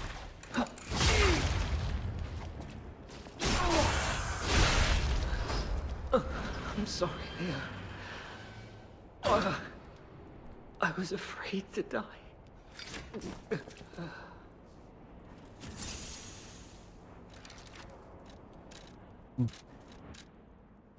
But on the bright side, we now have new clothes. Let's see. Survivor's hunting apparel. The hunting apparel of the survivor. It belonged to the one who forsook his oath. When the puppets toppled the tower, the youth fled in fear. He lost his sworn brother and his name that day, and became a survivor, wandering in hell. That's not bad.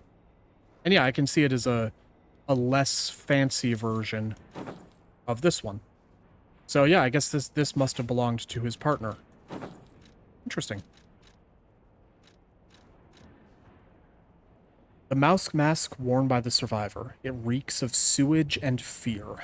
Rookie stalkers usually wear the animal masks decided by superiors. Perhaps this was even what had blessed the youth's fate. Fancy. Hobbit, jeez. Wow. Alright. They're just banning everything now.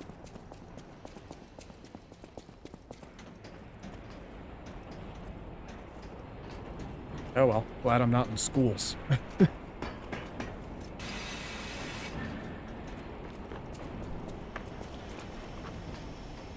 I guess the moral of the conversation is read books, people. Books are good.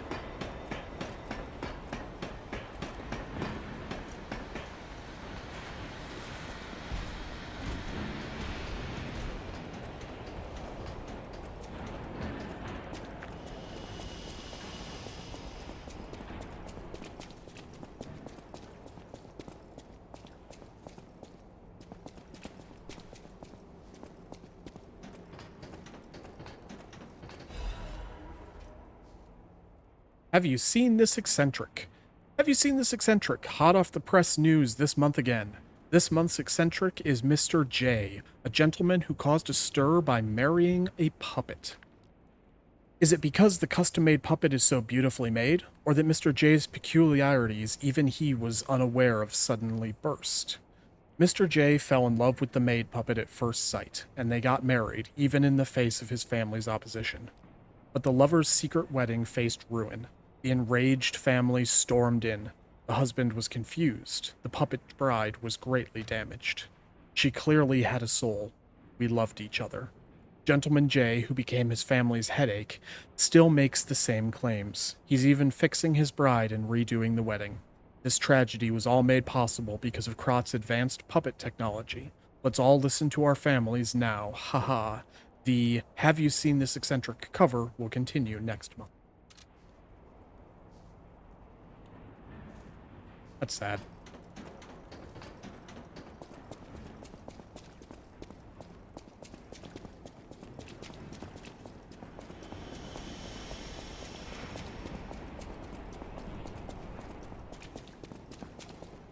Those stalkers just left me. That's rather disloyal. Quite insulting. I would know that fancy man anywhere.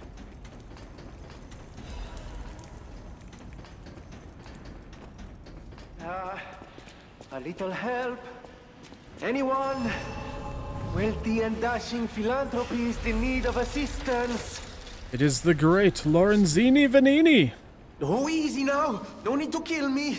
Surely we can discuss this like reasonable people? Hold on.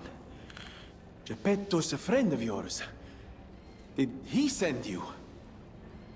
I'm fine. Please, help me find my butler Pulcinella. He's a puppet and a friend. Those stalkers were supposed to be working for me, but... well, they bolted and left me to my fate. That was not helpful. My butler went to barricade the back door, and I haven't seen him since. Pulcinella has been a loyal companion. I'd hate to lose him. The factory is, of course, my priority. We must take it back. But please, keep an eye out for my butler. I'd consider it a personal favor and owe you in kind. Will do. Now, would you marry a puppet? In this world, maybe. It depends upon the puppet. Because as, you know, we've kind of discussed a little bit and seen from, you know, puppets like P and Gemini and puppets that we'll see in the future, some of them can develop an ego, which others would translate to a soul. That they would become sentient and true loving and caring beings. And, you know, that's when you get into the discussion of, is something made by man that acts alive, thinks it's alive, behaves like it's alive, is it alive? You know, it's like, has man at that point created artificial life? And that's one of the themes that this game dives into. And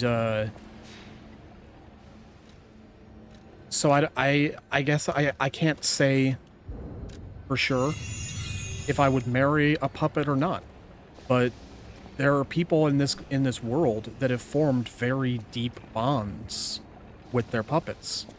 Like Venini here, you know, it's like he didn't want to sound crazy when asking you to save his butler. So he referred to him as his butler. And I'm not saying they're lovers, because they are very definitely not.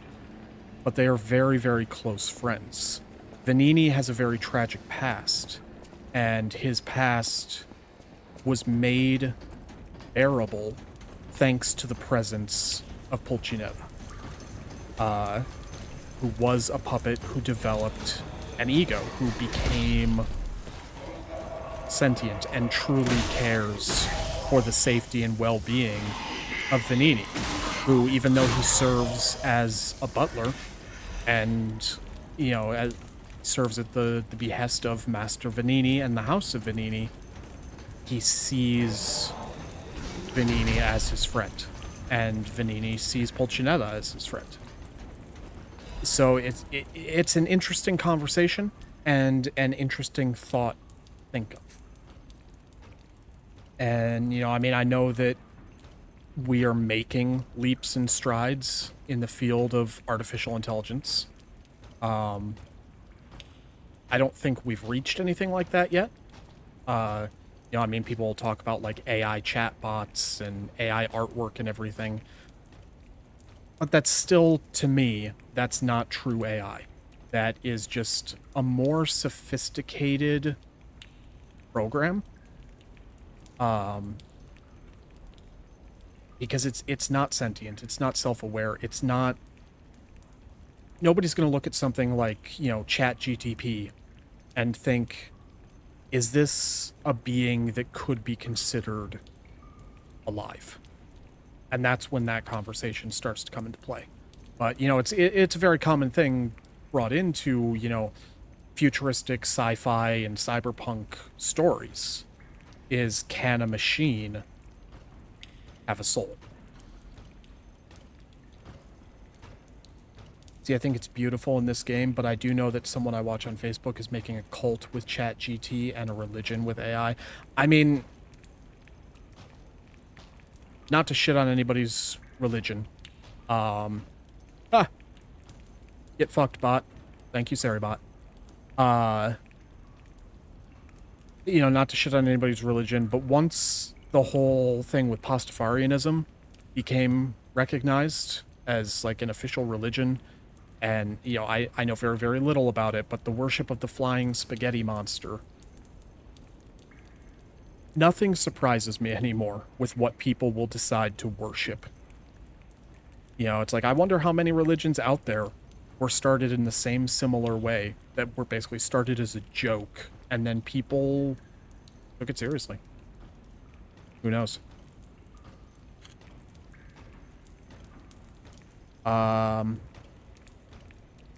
Descartes' note? Not sure. 189XXXXX. The puppet cannot refuse the Grand Covenant imprinted upon manufacture. It must obey the Creator's orders and cannot harm humans. But look at that puppet that was once called Fioco. Is the Grand Covenant flawed? I'm sure I'm butchering that. I know it's an Italian word, and I guess I'm glad Cannoli's not here to see me butcher his native language anymore. The once faithful puppet now kills humans. It creates puppets instead of fire. It obeys something else other than humans. It's as if someone is controlling it, or it has a mind of its own.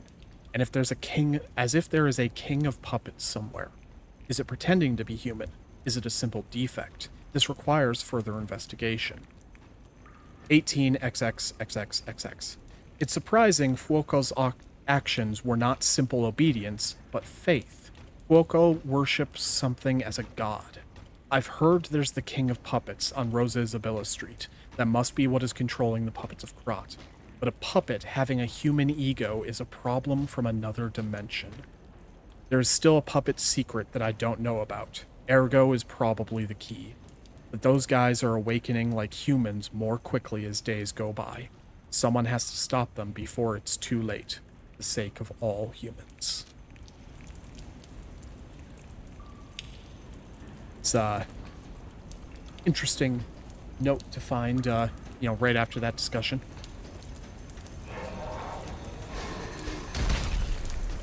I made it. was not the guy I wanted to lock onto. Thank you.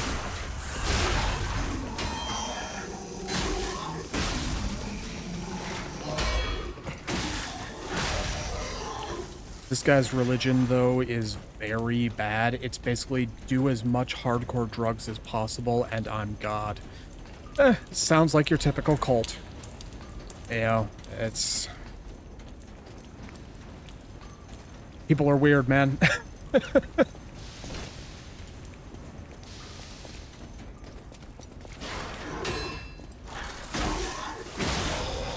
You know, I know a lot of, you know, cults that disguise themselves as a religion do so to basically be able to run drug operations due to certain religious freedoms that are granted, at least in the United States. You know, that they just claim that it's like, oh no, growing and producing this drug for my flock is part of our religion. You know, and then some of the laws concerning religious freedom come into play. It's, I don't know, it's a shame that it's something that's taken advantage of. I mean, religious freedom is one of the things that this country was founded on. You know, it was an important aspect of it. An appendage newly developed by the Workshop Union. Nope, that has the exact same description, except it increases by resistance to heat, which is going to be a very good thing for the upcoming fight. There's a thing here that I could read. Warning, beware when handling corrosive chemicals. Be careful not to melt your fingers. Alright. Do my best. To be honest, I think he's going to be a family annihilator. Maybe. You know, you never know how those kind of things are going to end up turning out. You know, it's, when man starts to think of himself as a god, things get crazy real quick. Such as this loony bin world we live in. But, oh well.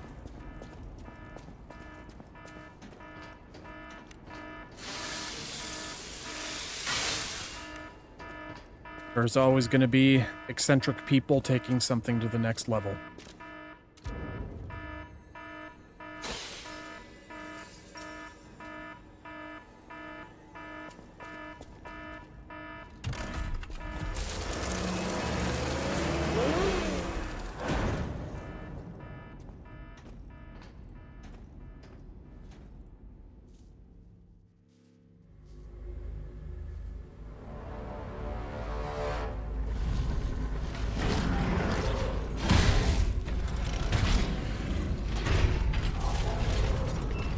I tend to find it easier to go through life as being seen as weird, strange, and unusual. Yeah, that's fair enough.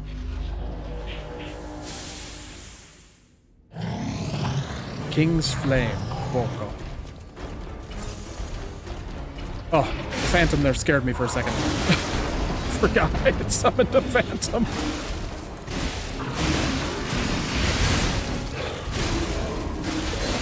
Go, apply some shock to him.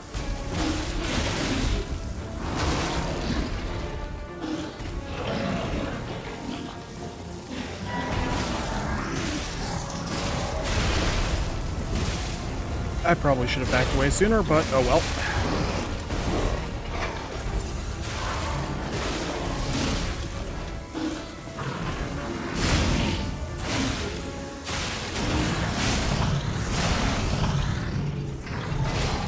And there we are. Is that a furnace attacking you? Pretty much.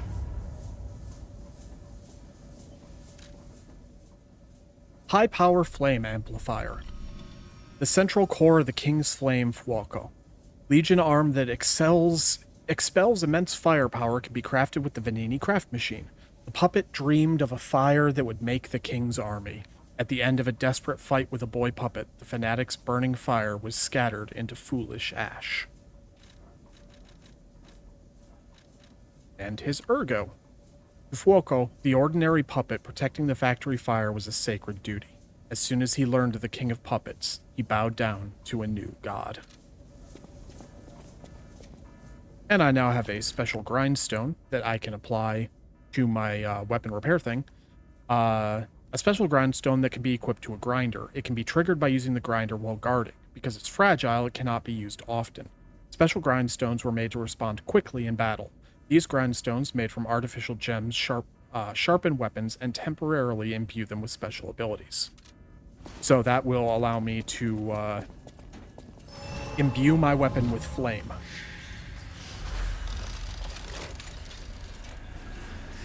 I think I can use it once per rest at a Stargazer.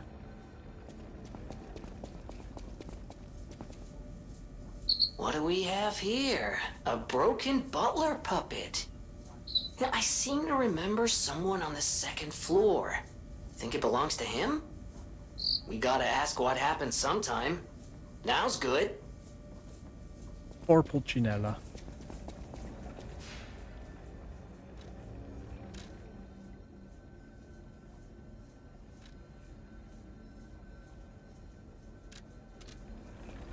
Let's see if Nini is still here or if he's gone back to Hotel Krat already. That might have been his little symbol on the Hotel Krat teleporter.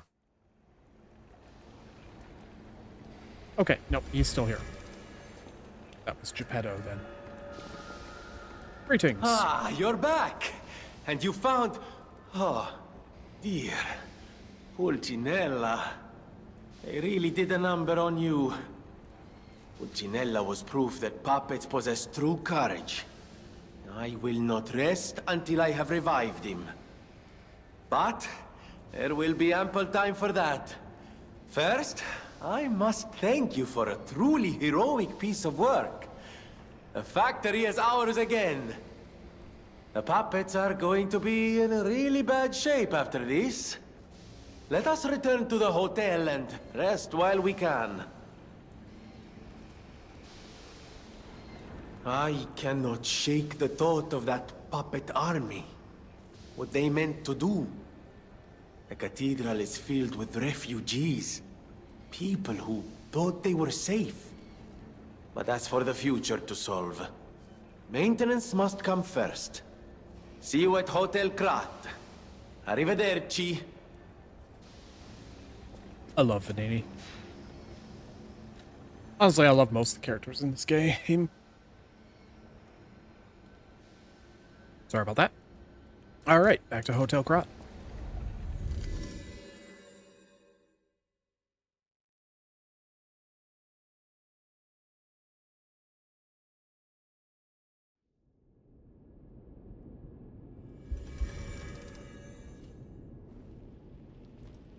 Oh, just the crack in my voice. I was holding back a cough and then I muted the mic. Ah, if it isn't my savior.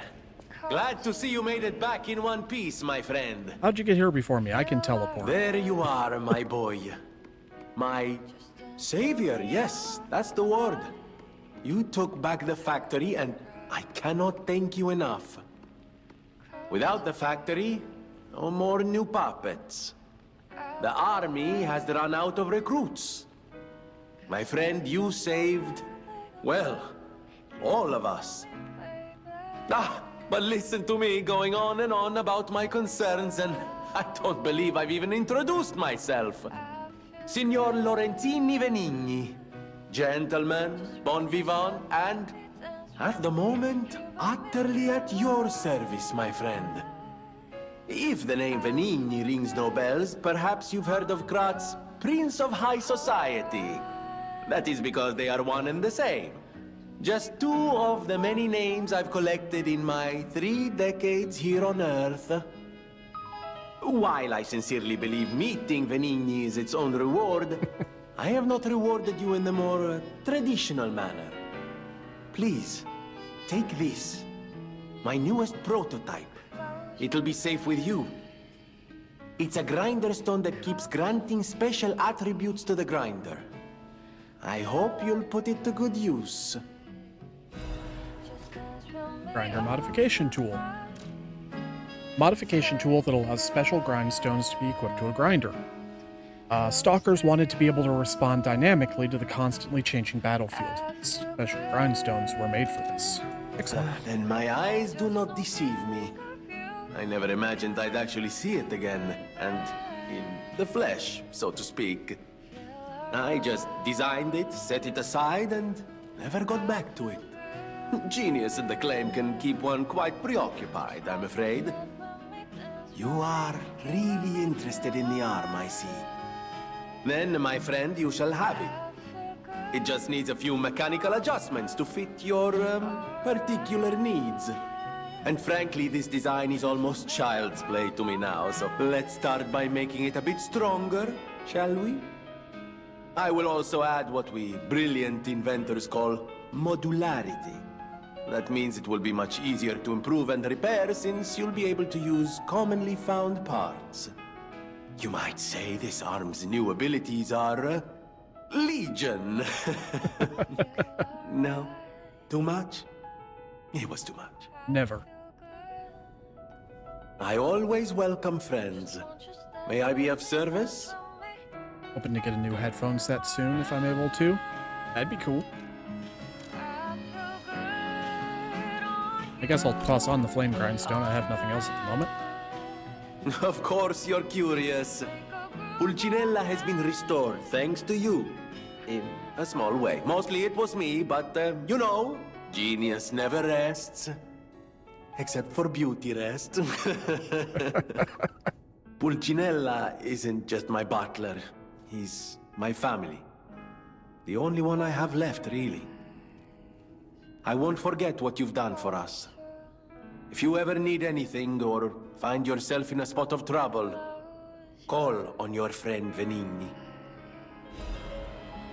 I think part of the reason I like Venigni so much is that he reminds me a lot of like a classier version of Varric from The Legend of Korra. And Varric was just a wonderfully eccentric character. You play ESO. I did way back in the day. I have not played it in a great many years. But yeah, no, I don't.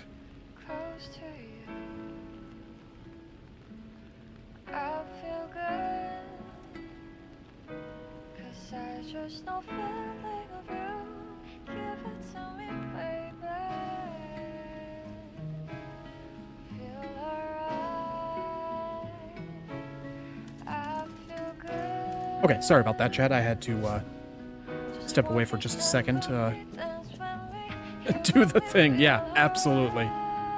Amatsa, that is one slick prototype.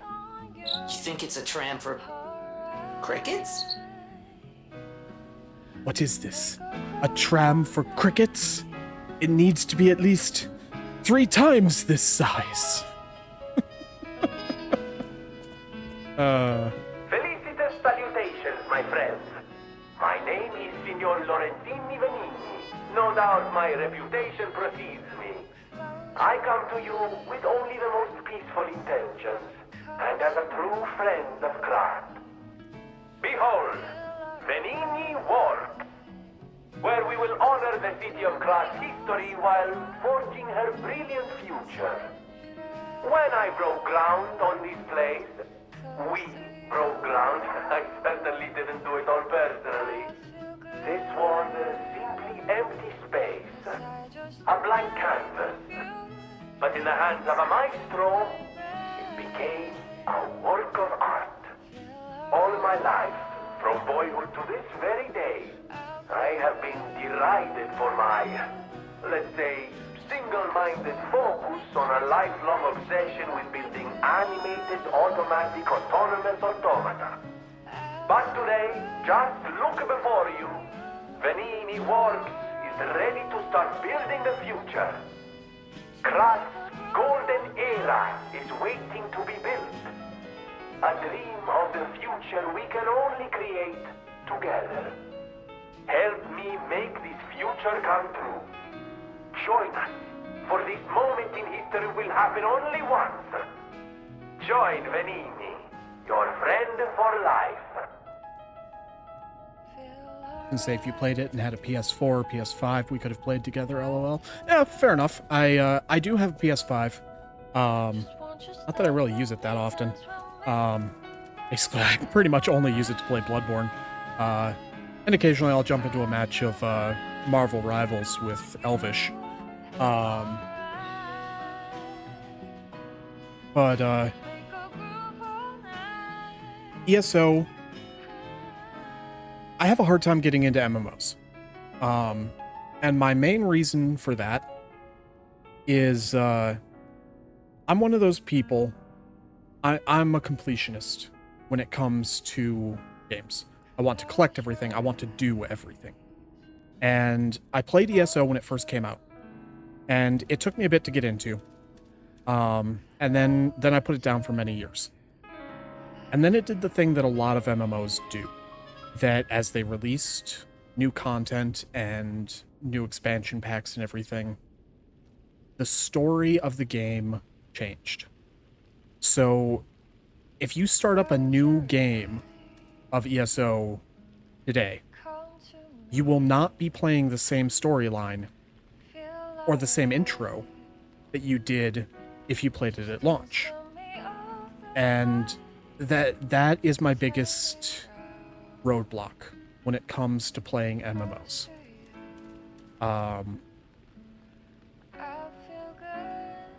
It's like, I get that you're adding more content and whatnot,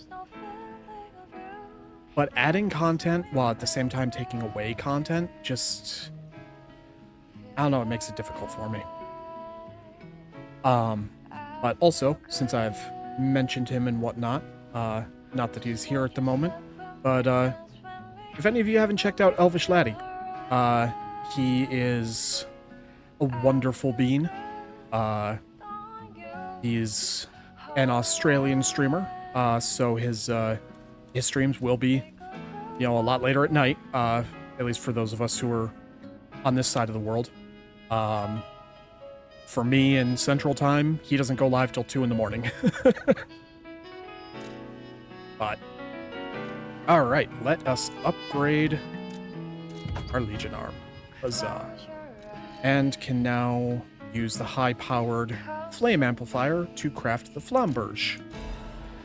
So have a flamethrower Legion arm that I'll never use. Because, to be honest, it's puppet string all the way. At least until the DLC. Buongiorno, and welcome to the House of Venini. I am Master Venini's Major Domo, Pulcinella, at your service, sir. The House of Venini carries only the finest in luxury merchandise. I believe you'll find all items to be both superior quality and distinguished provenance. I am certain you will be able to find something that suits you, sir. At the House of Venini, even priceless things have a price. Every item is a treasure of distinguished quality and superior provenance. Let's see. Alright, so he's selling some armor, which I'll probably pick up at some point. I definitely want this, the Electric Blitz Grindstone. That is one of my preferred grindstones, because I find more things are... Or wait, did I do that there? No. I find more things are weak to shock. I always welcome... Than things are weak to fire. Or talk about... Oh. No one, not even I, know what started the puppet frenzy. Why? That day of all days. It was horrible. A violent rampage of murder and mayhem that is seared into my memory for all time. And it was never supposed to happen again. I made sure of it. Designed a few special parts to ensure they'd remain loyal. Puppet armies do not arise by chance. There was intent behind this. I don't want to leap to conclusions, but the only one I know with that kind of power is the King of Puppets himself. We need to learn how this happened. And we shall.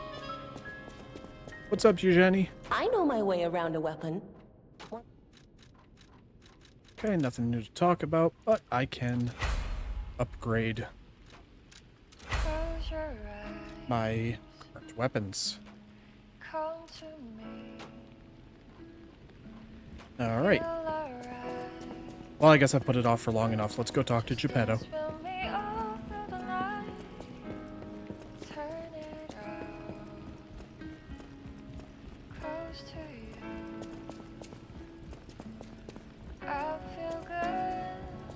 Hi. Remember, I didn't design every puppet in Krat.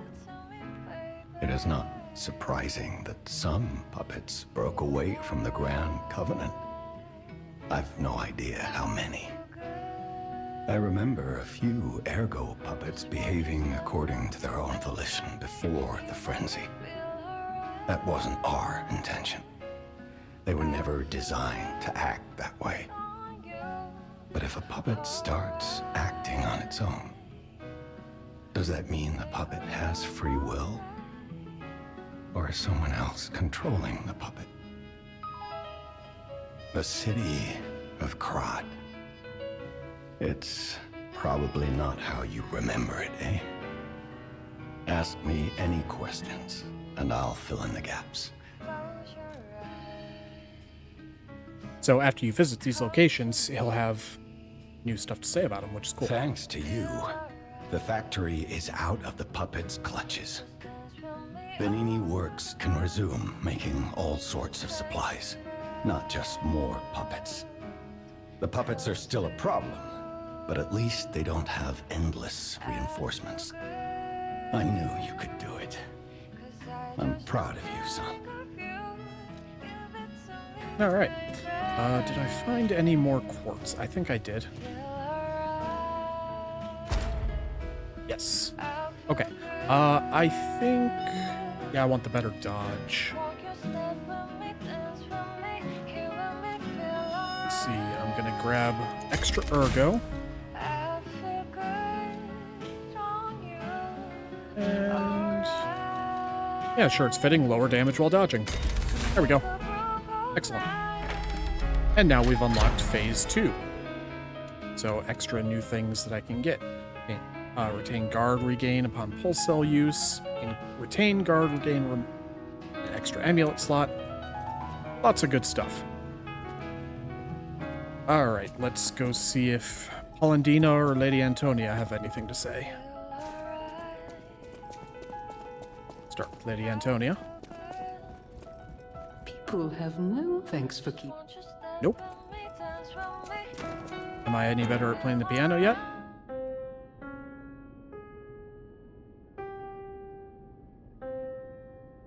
Not really.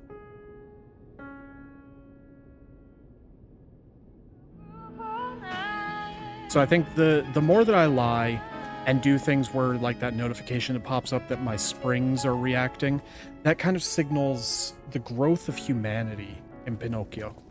And I think eventually you get better at playing the piano because of it. To Hotel Krat. Let's see. Yeah, I'll buy these. Good to have some more quartz. I guess I could go back up there and activate another cell of the P organ real quick. Guess I should have bought that before going up here, but oh well. I enjoy wasting people's time.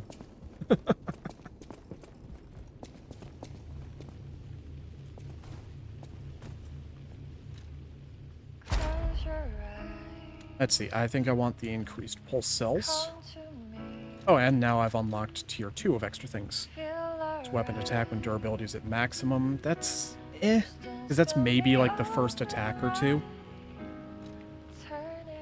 Attack when discharged, ambush stagger attack. Okay. Alright, that could be good. So 3. Guard regain reduction. Damage of charge attacks, that's probably good. Legion consumption in a crisis. Stamina from dash.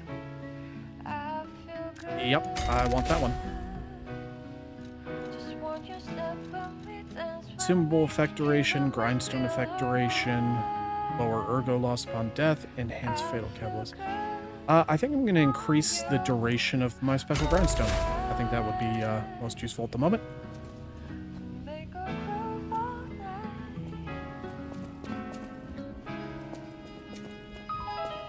Alright, see if Sophia has anything to say.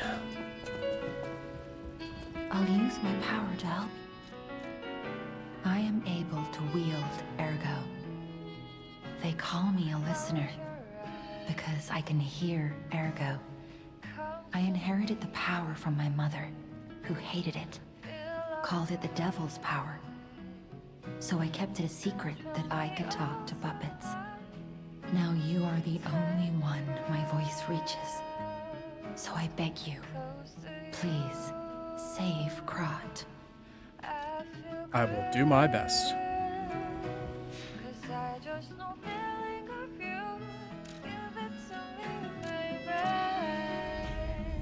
I believe the next area I have to go is through here.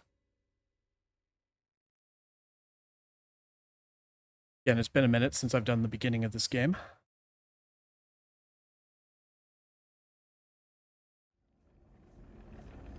Yeah, I'm pretty sure that door takes me where I need to go.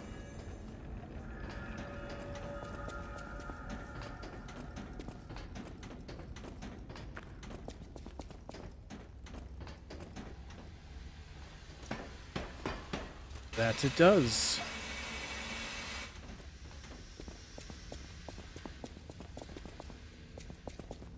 Oh, good old exploding barrels. What's a video game without it?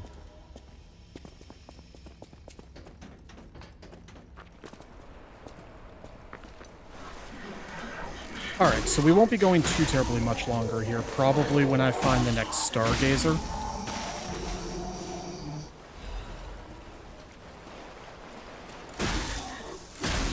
Mostly because I was worried if I just ended it there at the hotel, I would forget where it is I need to go next. Oh, hi.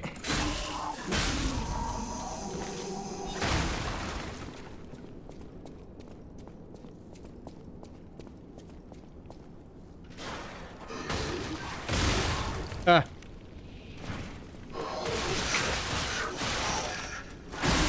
Oh god, yeah, the soundtrack is amazing, and we'll get more records that'll be played in rotation at the hotel as we progress through the game, based upon some of the choices that we make. But definitely going for what is considered the good ending. I know there's at least 2 endings, depending on how much you lie and how much you tell the truth, so how much humanity you've gained. There might be a quote-unquote neutral ending, but I don't think there is. I think there's only the 2.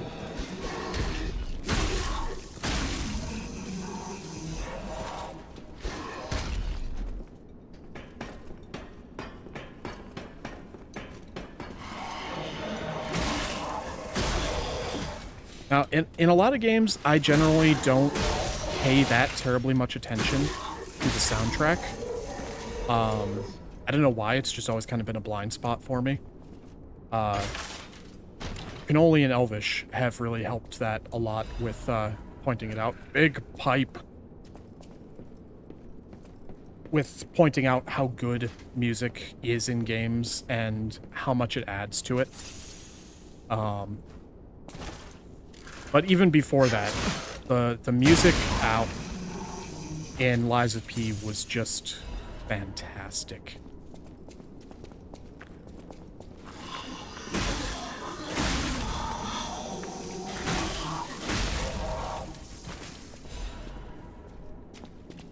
I adore this game. Everything about it.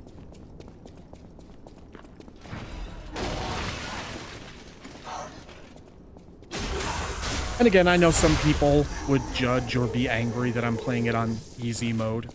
But it's a lot different playing a game for an audience than just playing it on your own.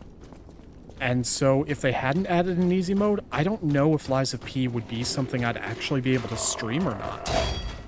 Because I couldn't just put my whole attention onto the game. You know, because I want to keep an eye on chat, and I got to make sure that everything is running fine with the stream, and also try and be for lack of a better word, an entertaining personality. And none of those things are really fitting in to completely focusing on a game. And I don't want to just sit here in silence the whole time that I play, you know? So having this ability to set the difficulty down allows me to share a game I love with the community I'm trying to build. And I appreciate each and every one of you for being here. You know, those that are here currently, those that popped in for a while. You know, it means a lot. It really does. But yeah, so I hope that you guys have enjoyed Lies of P. I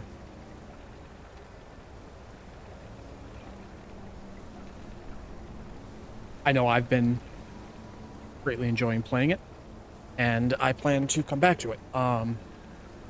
So at this point, my next scheduled stream will be on Friday. There might be a slight chance that I would decide to stream tomorrow, but I'm not entirely sure. You know, I'm still not fully used to this, and it takes a lot out of you. A lot more than I had expected. I've definitely gained a newfound respect for people who do this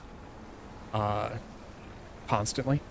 You know, there's one streamer that I know that, you know, it's his full-time job, and he streams 8 hours a day, 6 days a week.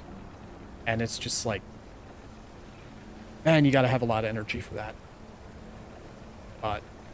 So yeah, we will be back on Friday, for sure. And most likely we're gonna be doing some more Lies of P, because I'm really enjoying this. And it's something that I'm excited to share with everybody. But for now, we're gonna raid my good friend Cannoli. He is currently live playing the Resident Evil 1 remake. He's going through a Resident Evil marathon. So he'll be doing at least all the main games in the series. So, you know, all the numbered ones and whatnot. He hasn't fully decided if he's gonna branch out into some of the other ones like Revelations or not. But at the very least, he's going to be playing 8 Resident Evil games back to back as he beats them. So, yeah, I'm going to send you all over there. And this is where we will drop anchor for today. So, thank you for joining me aboard the Nightingale, and I will see you next time as we continue to sail the sea of games. Until then, keep the wind at your backs and your eyes on the horizon, and fare ye well, me hearties.